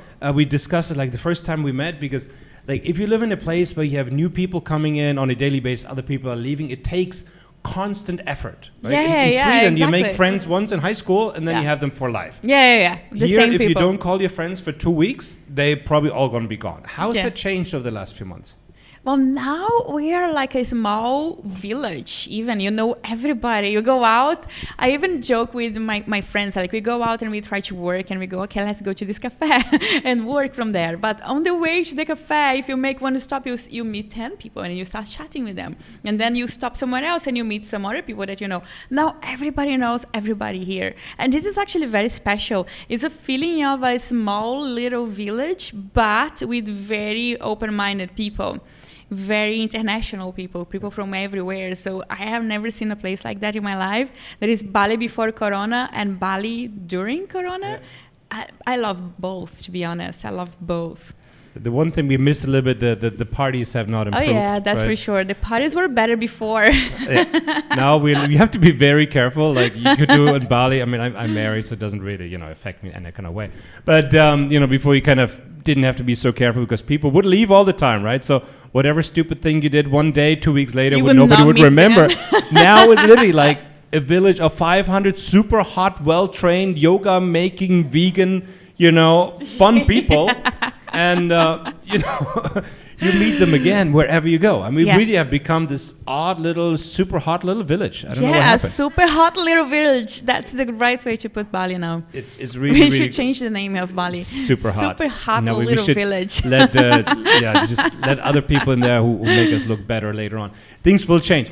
How are you able to live this lifestyle for so long? Because you said you have been working remotely for a long time. Not and a long time, like 3 years. You can go wherever you want. Okay. Yeah, it's like 3 years. I have been, before that, I worked for a gaming company in Sweden. That was the place I spent a few years.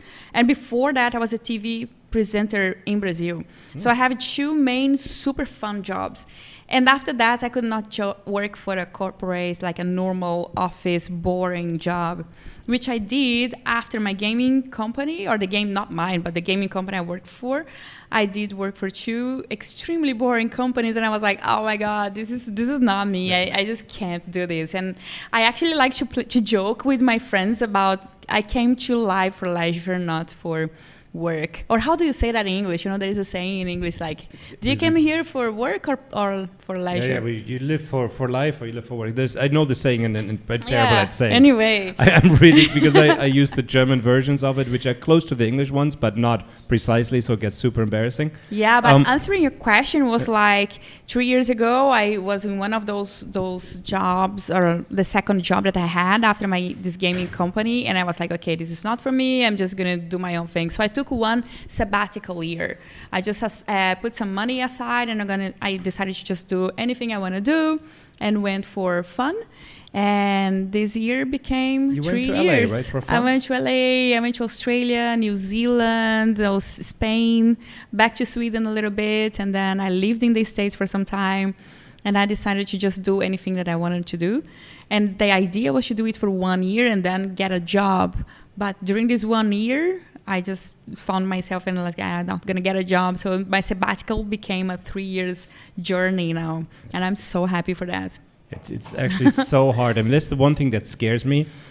We are so spoiled now. Like, how do you go back to normal? Yeah. I mean, people call it the new normal after COVID, but like, I didn't even like the old normal, to be quite honest. Like, I'm not a big fan of it. Would you ever go back to a corporate job and move back to Brazil? Is that even imaginable? No, I don't think I can have a fixed place. I will definitely go back to Brazil to see my family and friends and spend some time there. Yeah. But back to a job, never, ever again. I mean, I make more money working less now than I would do in a 9-to-5 job. And if I was working for myself, the amount of time and pressure and work that I was doing before for companies, I would be a billionaire by now. But I just don't put all that time and pressure. I like to live the easy life and enjoy every day and not work like crazy anymore. I totally agree with you. I mean, there's so many better things to do than to work all the time. Exactly. What makes you the most nervous about being a digital entrepreneur? Like, what is the downside to it? I would think that it's people that you really like and that you really connect, and they live your life, right? Because in this world we meet so many interesting people. It's incredible. Like so many, but they have to go, or you have to go, or we are always on the go. So I think that's the challenge. And that's why I got so inspired by you, because I was thinking about that when we met, and I was just thinking, oh my God, but how is this Bali, like people leave and come and leave and come, which is not the case now, but it was back then. And this was kind of triggering me. I was thinking about it, and then when we met, I asked, "Hey, but how do you giving now the same question I gave you?" And you told me that, well, you just see it in positive eyes, and you actually enjoy it. It's so many more people to meet, and why should we be close to having this specific amount of friends and only that? No. I like to be open to meet new people all the time, and that's fine. But still, that answering your question, this is still the most challenging part of it. It's definitely something to get used to. I mean, we all feel like we stay in contact, you know. Oh, yeah, we do. People like, you know, hi to Tony if you're out there in Lebanon, you know. Whoever's left us in the last few months. Tony, where are you? Get back here. It looks really nice in Lebanon. I mean, nice thing about Instagram, I mean, I know a lot of people, especially, you know, my age, that make fun of Instagram. I actually do enjoy it because I know exactly where Tony is. He was on the beach yesterday, looked pretty nicely. We chatted about it. So, you know, people do stay in contact. There are different ways of doing that. Life definitely has changed. But I do appreciate, you know, meeting new people. Yeah. And that's really what I love about Bali, because I'm as I told you, I'm a very shallow person myself. So if I've met them 2 or 3 times, and it doesn't need to be a relationship, I do kind of know what they're going to say, and I have a very low attention span. So I love meeting new, exciting people. And so I like to embrace it. Right, because you cannot, if you're in Bali and you stay on your couch for a month, you don't know anybody. You go out in the streets and you know nobody. You know, in my hometown, you can sit on your couch for 30 years. The moment you walk out, you're still going to see the same people at the supermarket, the same people, and go to the same places, go to the stadium, whatever you do. It's you have far less to lose. But here you don't go out for 4 weeks, before COVID, and there would be like a different village out there. It's like totally. completely revolved through one time. New. Yeah, and that's exciting. Fantastic. We love to have you here. I love having been. And I know we're going to have still hopefully dinner later tonight. I think that's the plan with the Brazilians, right? Brazilian barbecue. Oh, it's actually not a Brazilian, but it's a barbecue vegan. It's a vegan barbecue because I'm the alpha vegan now, if you haven't read it yet. I already have like 3 followers on Instagram, and I'm not even really fully vegan. I just eat a lot more vegetables. I just like the name of it. And I have to come up with something every single month because, as I said, we're a small village now and a lot of people are very shy. So if I don't entertain by doing something stupid on a monthly basis, last time I colored my hair. I remember. I like both.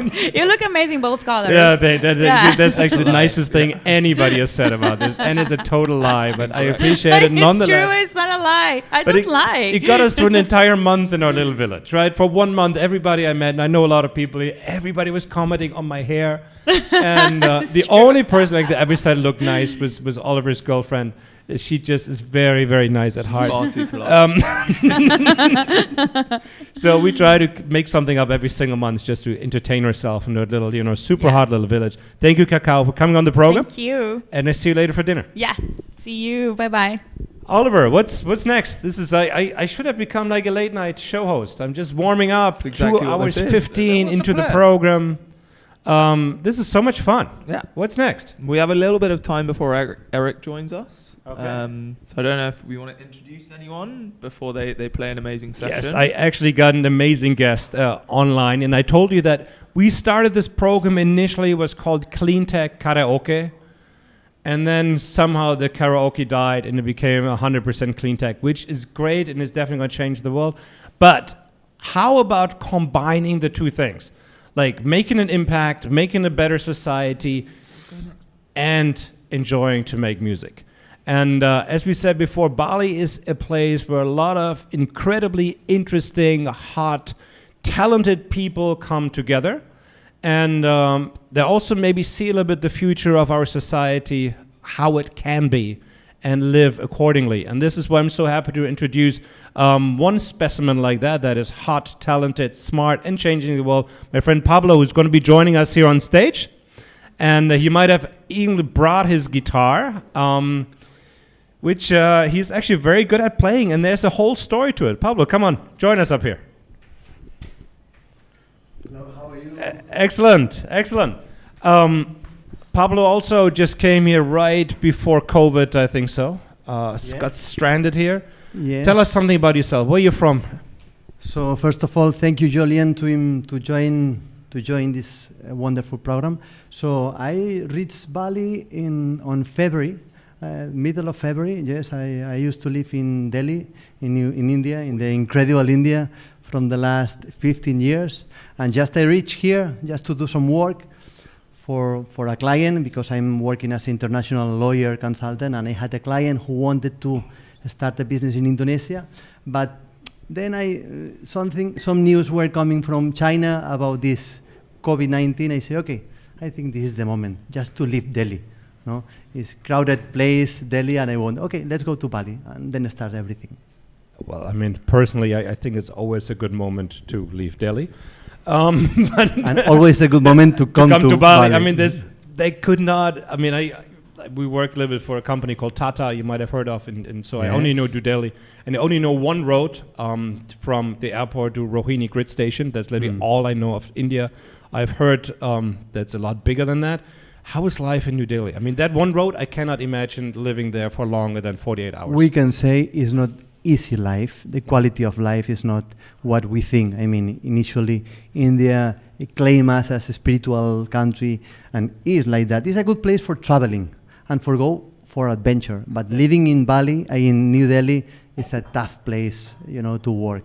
It's not easy to manage, we can say. So, but that brings us to one of the most important things, and what I really wanted to have on the program, because obviously it's not an easy place to live. I started my career in Addis Ababa in Ethiopia.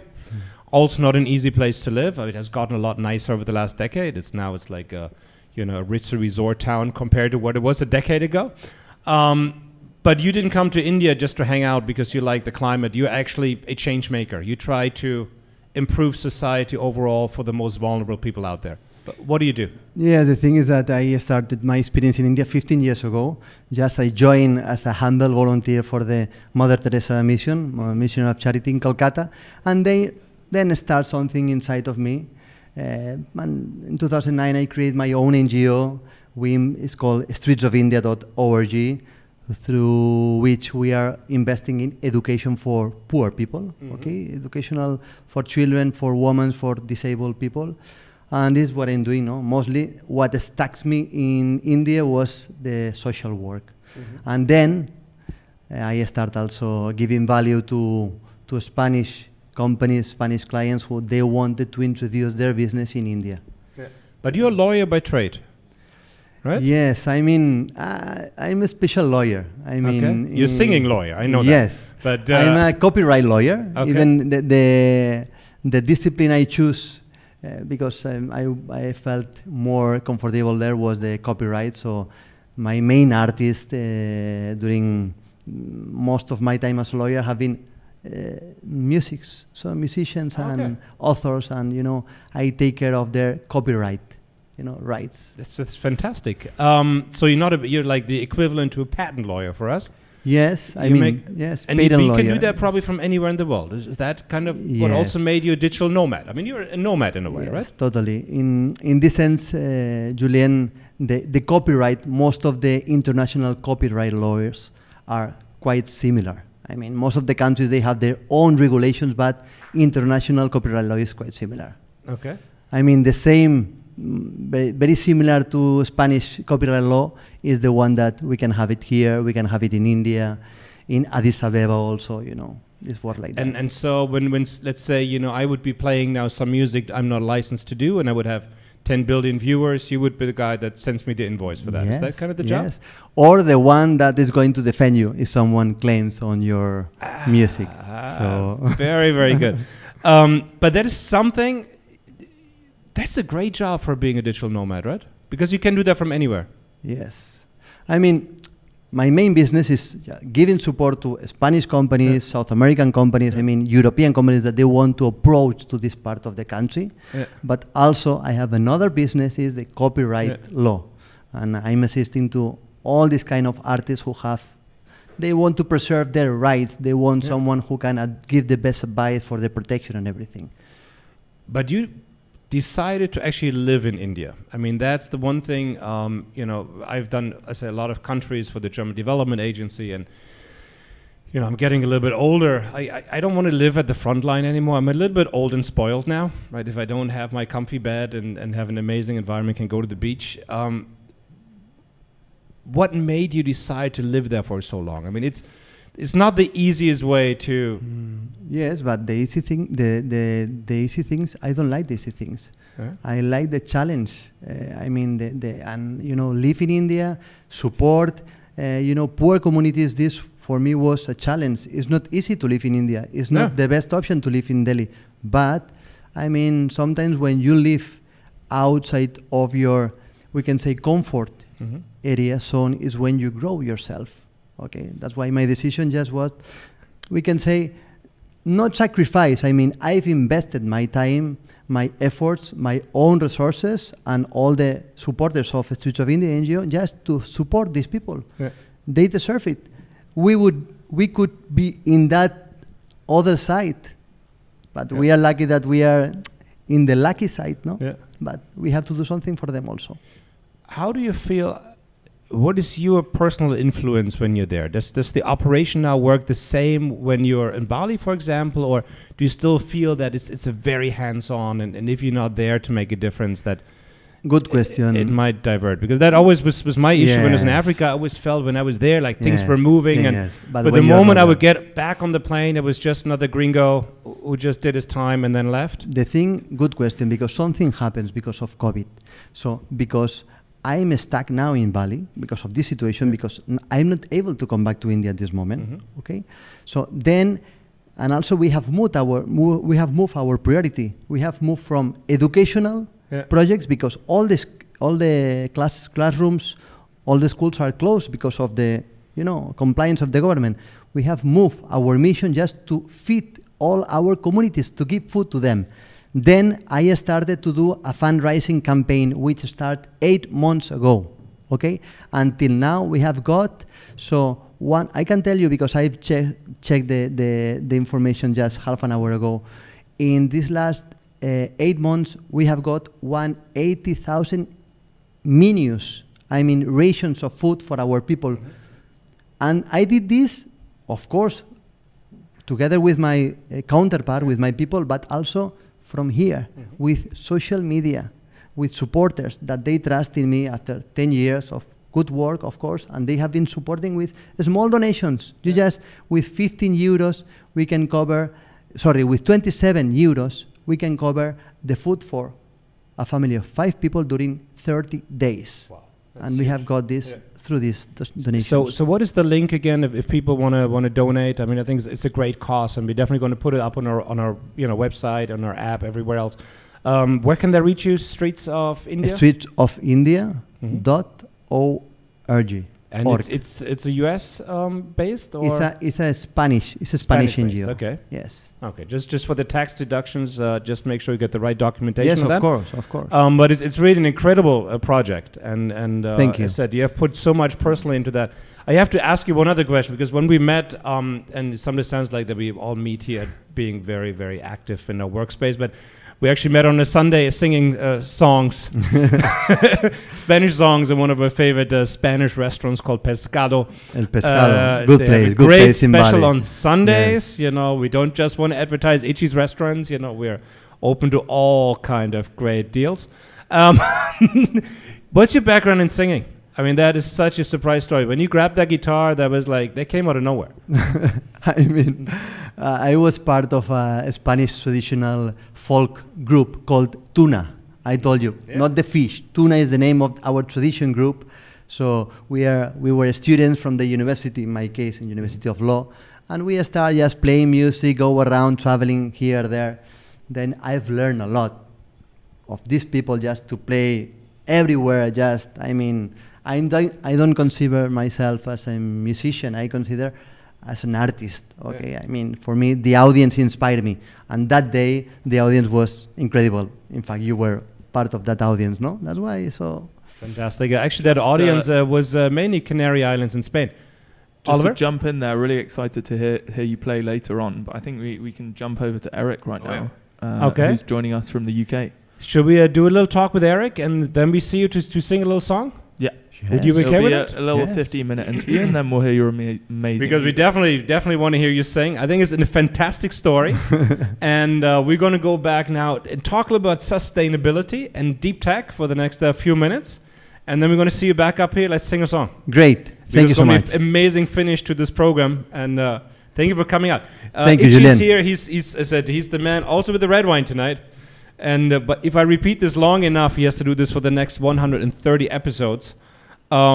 Which he's going to love. It's going to be amazing. I also drink sake, by the way. It doesn't just always have to be red. Again, from changing, social challenges in education and food in India. And obviously, one of the biggest challenges in India. Last time I was in New Delhi, the pollution was so bad that my eyes were tearing up inside the airport. And I mean, airports generally have very high-level air filtration systems, so it gives you an idea of how bad the air pollution in cities like New Delhi can be. And there are different ways to obviously tackle that, and how to become more sustainable, to be more clean. And this is why we're super happy to have Eric with us, who's joining us from where, actually? UK. From the UK. Whoa. Excellent. A lot of obviously very innovative companies coming out of the UK. I spent quite a lot of time there of my life. Some was, meaningful. Some was full of lessons. And some of them just, thank God, I had a lot of drinks and I barely remember it. And I forgive easily. But it's definitely a very interesting place. Eric, I cannot see you yet. So if you could, and I'm still creating a connection there. I think it's only a matter of time. There we go, Eric. Nice to meet you. Hello. Good to meet you as well. Excellent. Where are you based? I'm currently working in Germany. Oh, excellent. Where from? For just outside Munich. Okay, excellent. And I will never say it's a German. Which part outside of Munich? I used to be in Pfaffenhofen, a little place outside. A little town near Rosenheim. Okay, excellent. Our old backyard. Eric, what do you do? Give us a little intro. And thank you for coming on the program. No, it's a pleasure. We do emission reduction projects. Okay. Diplomatically, okay. Let's say about 9 or 10 years ago, we discovered a specific reaction where you can decompose CO2. Okay. And decomposition of CO2 is actually an exothermic reaction in old school science, and it releases energy. Okay, so you're converting CO2 into energy. Yep, absolutely. Let's say during combustion processes, so combustion processes which normally create a number of different pollutants, including black carbon and air pollution. Okay. Those are oxidized in the process to CO2. Mm-hmm. And then we apply, let's say, an exothermic reaction to release CO2.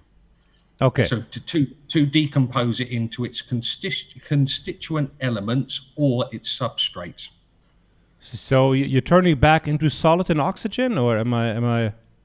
So number one, the reaction releases more oxygen. Mm-hmm. Yes. But it depends on the actual job and the feasibility of what we want to do. So you can decompose carbon into CO2 into obviously carbon and oxygen, but you can also decompose it into, let's say, a more interesting substrate. Okay. And what are the Germans doing with that, and why haven't I heard about it? It's technically been a hidden technology, a hidden science. Okay.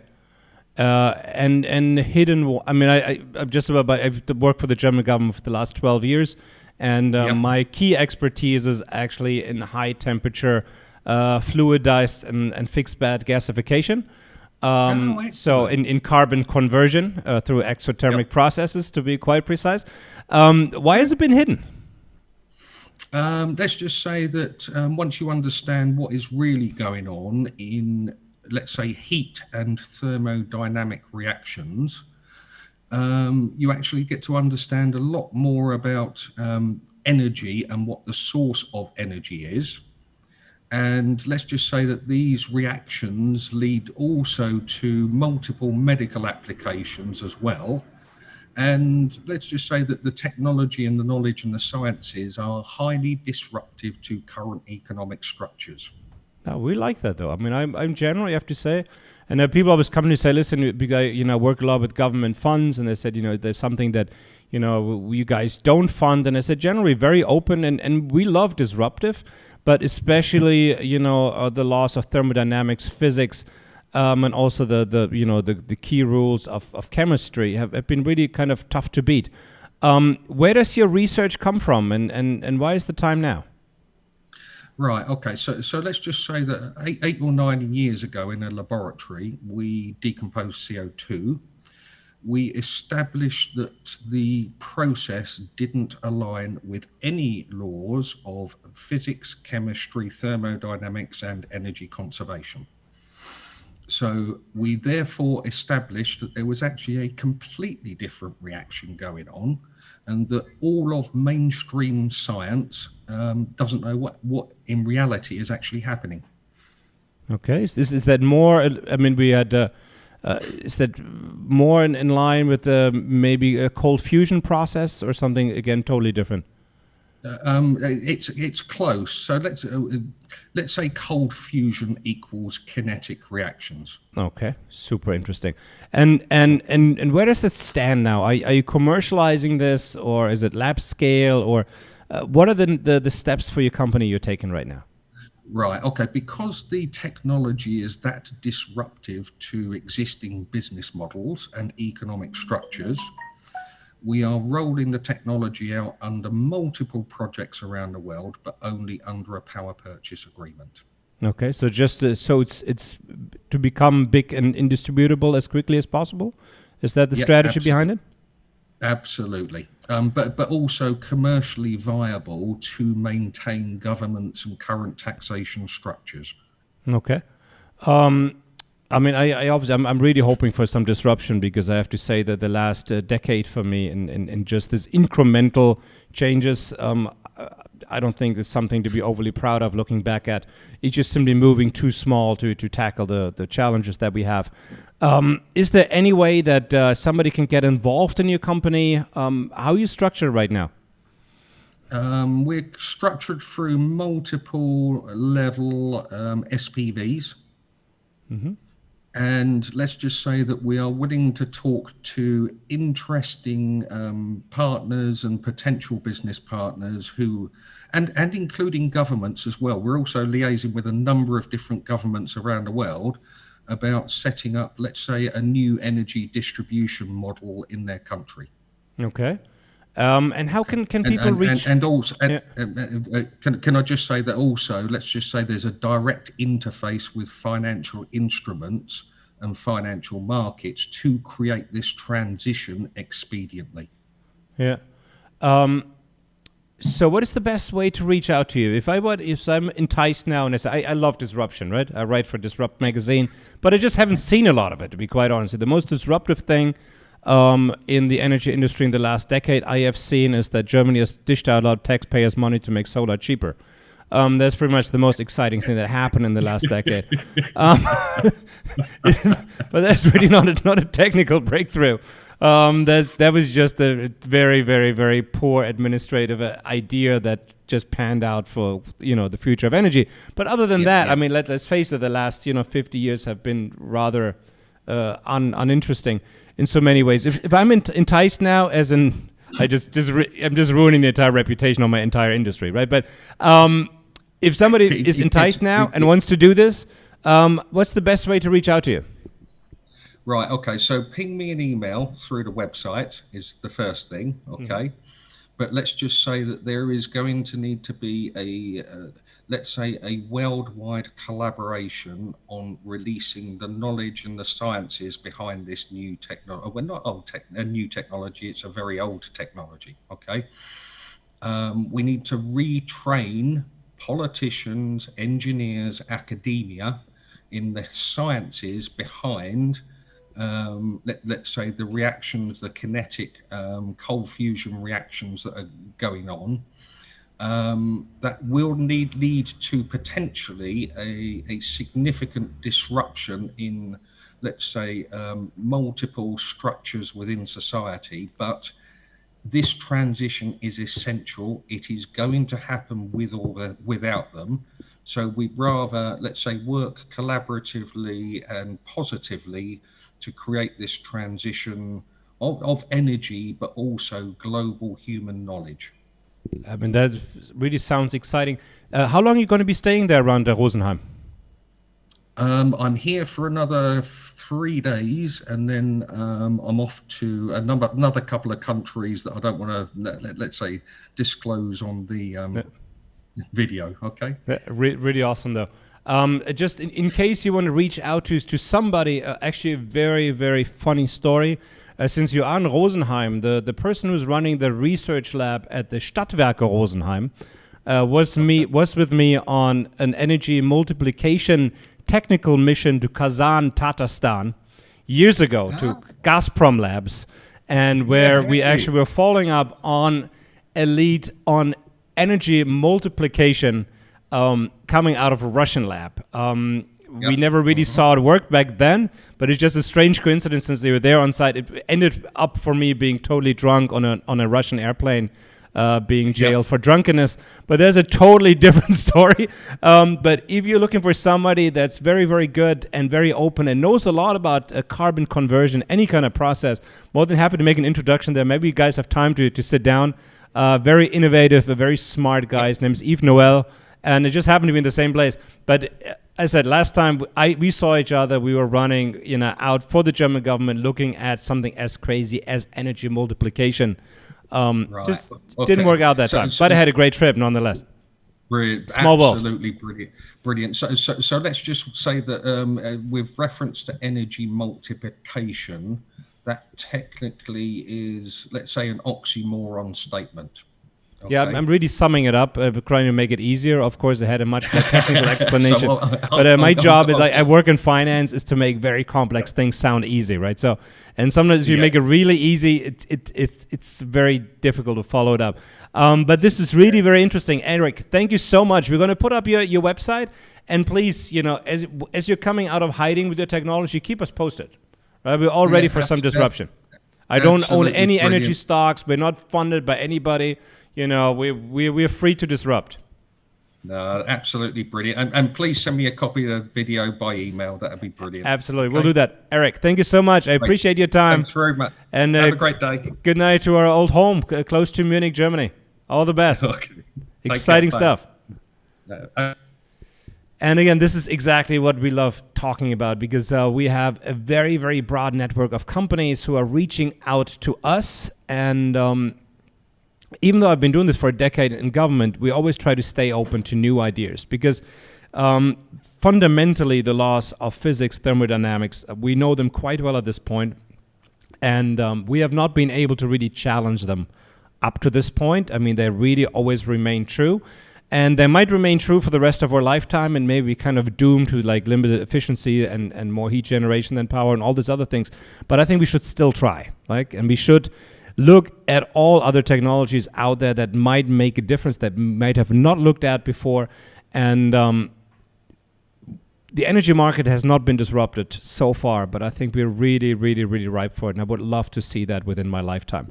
One thing that sometimes comes up, a little bit almost like along the line of conspiracies, is that I work for the German government for the last decade, and I sometimes get kind of this response, our technology is not getting funded because it's very, very secretive or something that is very disruptive. In my experience so far, there has never been a technology that can be replicated in a laboratory that we haven't funded as a ministry. And I have also never seen any political interference in any kind of strategy or technology we're interested in moving forward on.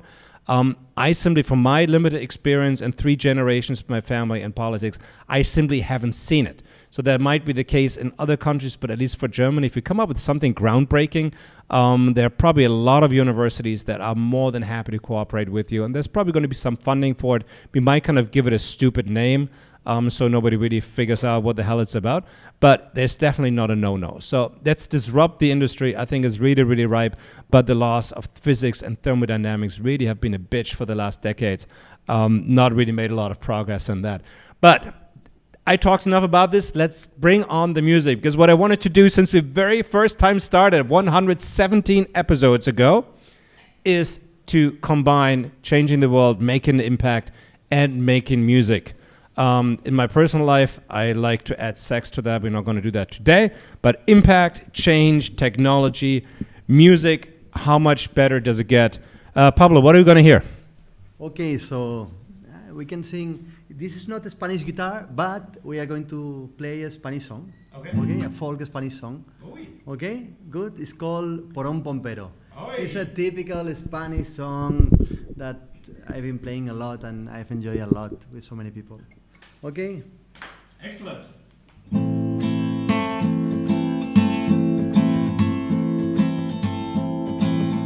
Ay, porón pom pom, poro porón bombero, pero poro porón bombero, pero poro porón bombo. ¡Vamos! Ay, porón bombo, ay, poro porón bombero, pero poro porón bombero, pero poro porón bombo.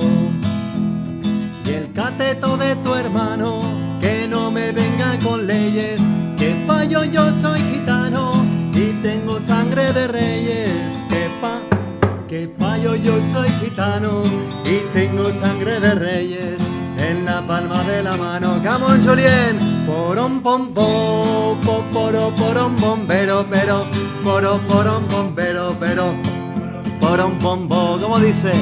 Porón bombo, ay poro porón bombero, pero poro porón bombero, pero poro porón bombo. El trigo entre todas las flores ha cogido a la amapola y yo cojo a mi Dolores, Dolores, Lolita, Lola, y yo cojo a mi Dolores, que es la flor más perfumada. Hay Dolores, Lolita, Lola, Gamón. Porom, pom, porom, bombero, pero. Poro, porom, bombero, pero. Poro, porom, bombo. Porom, bombo. Ay, poro, porom, bombero, pero. Poro, porom, bombero, pero. Poro, porom, bombo.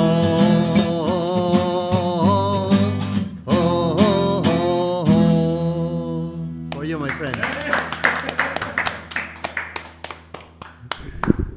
Fantastic. My dream has come true. This is our first vocal performance on our program. Thank you so much, Pablo. The website is Streets of India or RG. And his organization is feeding a family for 27 euros for an entire month, right? You said? A family of 5 people, okay, father, mother, and the average in India are 3 children during 30 days. Fantastic. So go out to the website. We're going to push this, support this man, his great work. Supporting the artists, you know, protecting their rights while saving people on the streets of India, giving food and education. Pablo, it has been a pleasure. We see you Sunday at Pescado. 2 to 6 is going to be a great deal, and we're going to have live music. It's going to be so much fun. Julie and me, we will be there. We will be there. Take care, my friend. Thank you. Thanks, everybody, so much. Thank you, Ichi. Are you coming back on? Come on, Ichi. Oliver, how are we doing over there? I think we're onto a penultimate finish with an amazing end with such an incredible, impactful showcase of what it is as well. Just to confirm, I don't think the mic picked it up, but it's a family of 6 in India that get funded for a whole month from that donation. So it's great music and incredible impact as well. Yeah. Phenomenal end. Streetsofindia.org. It's not going to get any better. We're going to see you next Tuesday. Subscribe to this channel if you're watching on YouTube. Drop us a message if you're on LinkedIn. Our homepage is exventure.co. We are here to accelerate the growth of clean technology companies through capital and market access every single day. If you want to pitch on our program, reach out to us with a private message. Tuesday, back here with Steven Birkenfeld advising 3 or 4 top new technology companies on how to raise funds. And then on Wednesday, I think we're going to be back with another episode of EXTV. We're going to have some great guests. We're hopefully going to have more singing, maybe some dancing. Let's see what we can come up with next time. And this has been an absolute pleasure. Thank you very much, Oliver and Felix, for putting this together. Oliver is the man behind the microphone. Felix, the man that makes us look good up here and make sure all of this works so smoothly. Thank you, Ichi, for being our host and wine provider. And so much more. And much more. And the place is called Tropical Nomad. It's the absolute best co-working place in Bali. Bali, obviously, the best place to live in the world. It doesn't get much better. I'm your host, Julien Uhlig. Thank you so much for your attention, and we'll see you on Tuesday. Have a good night. Bye-bye.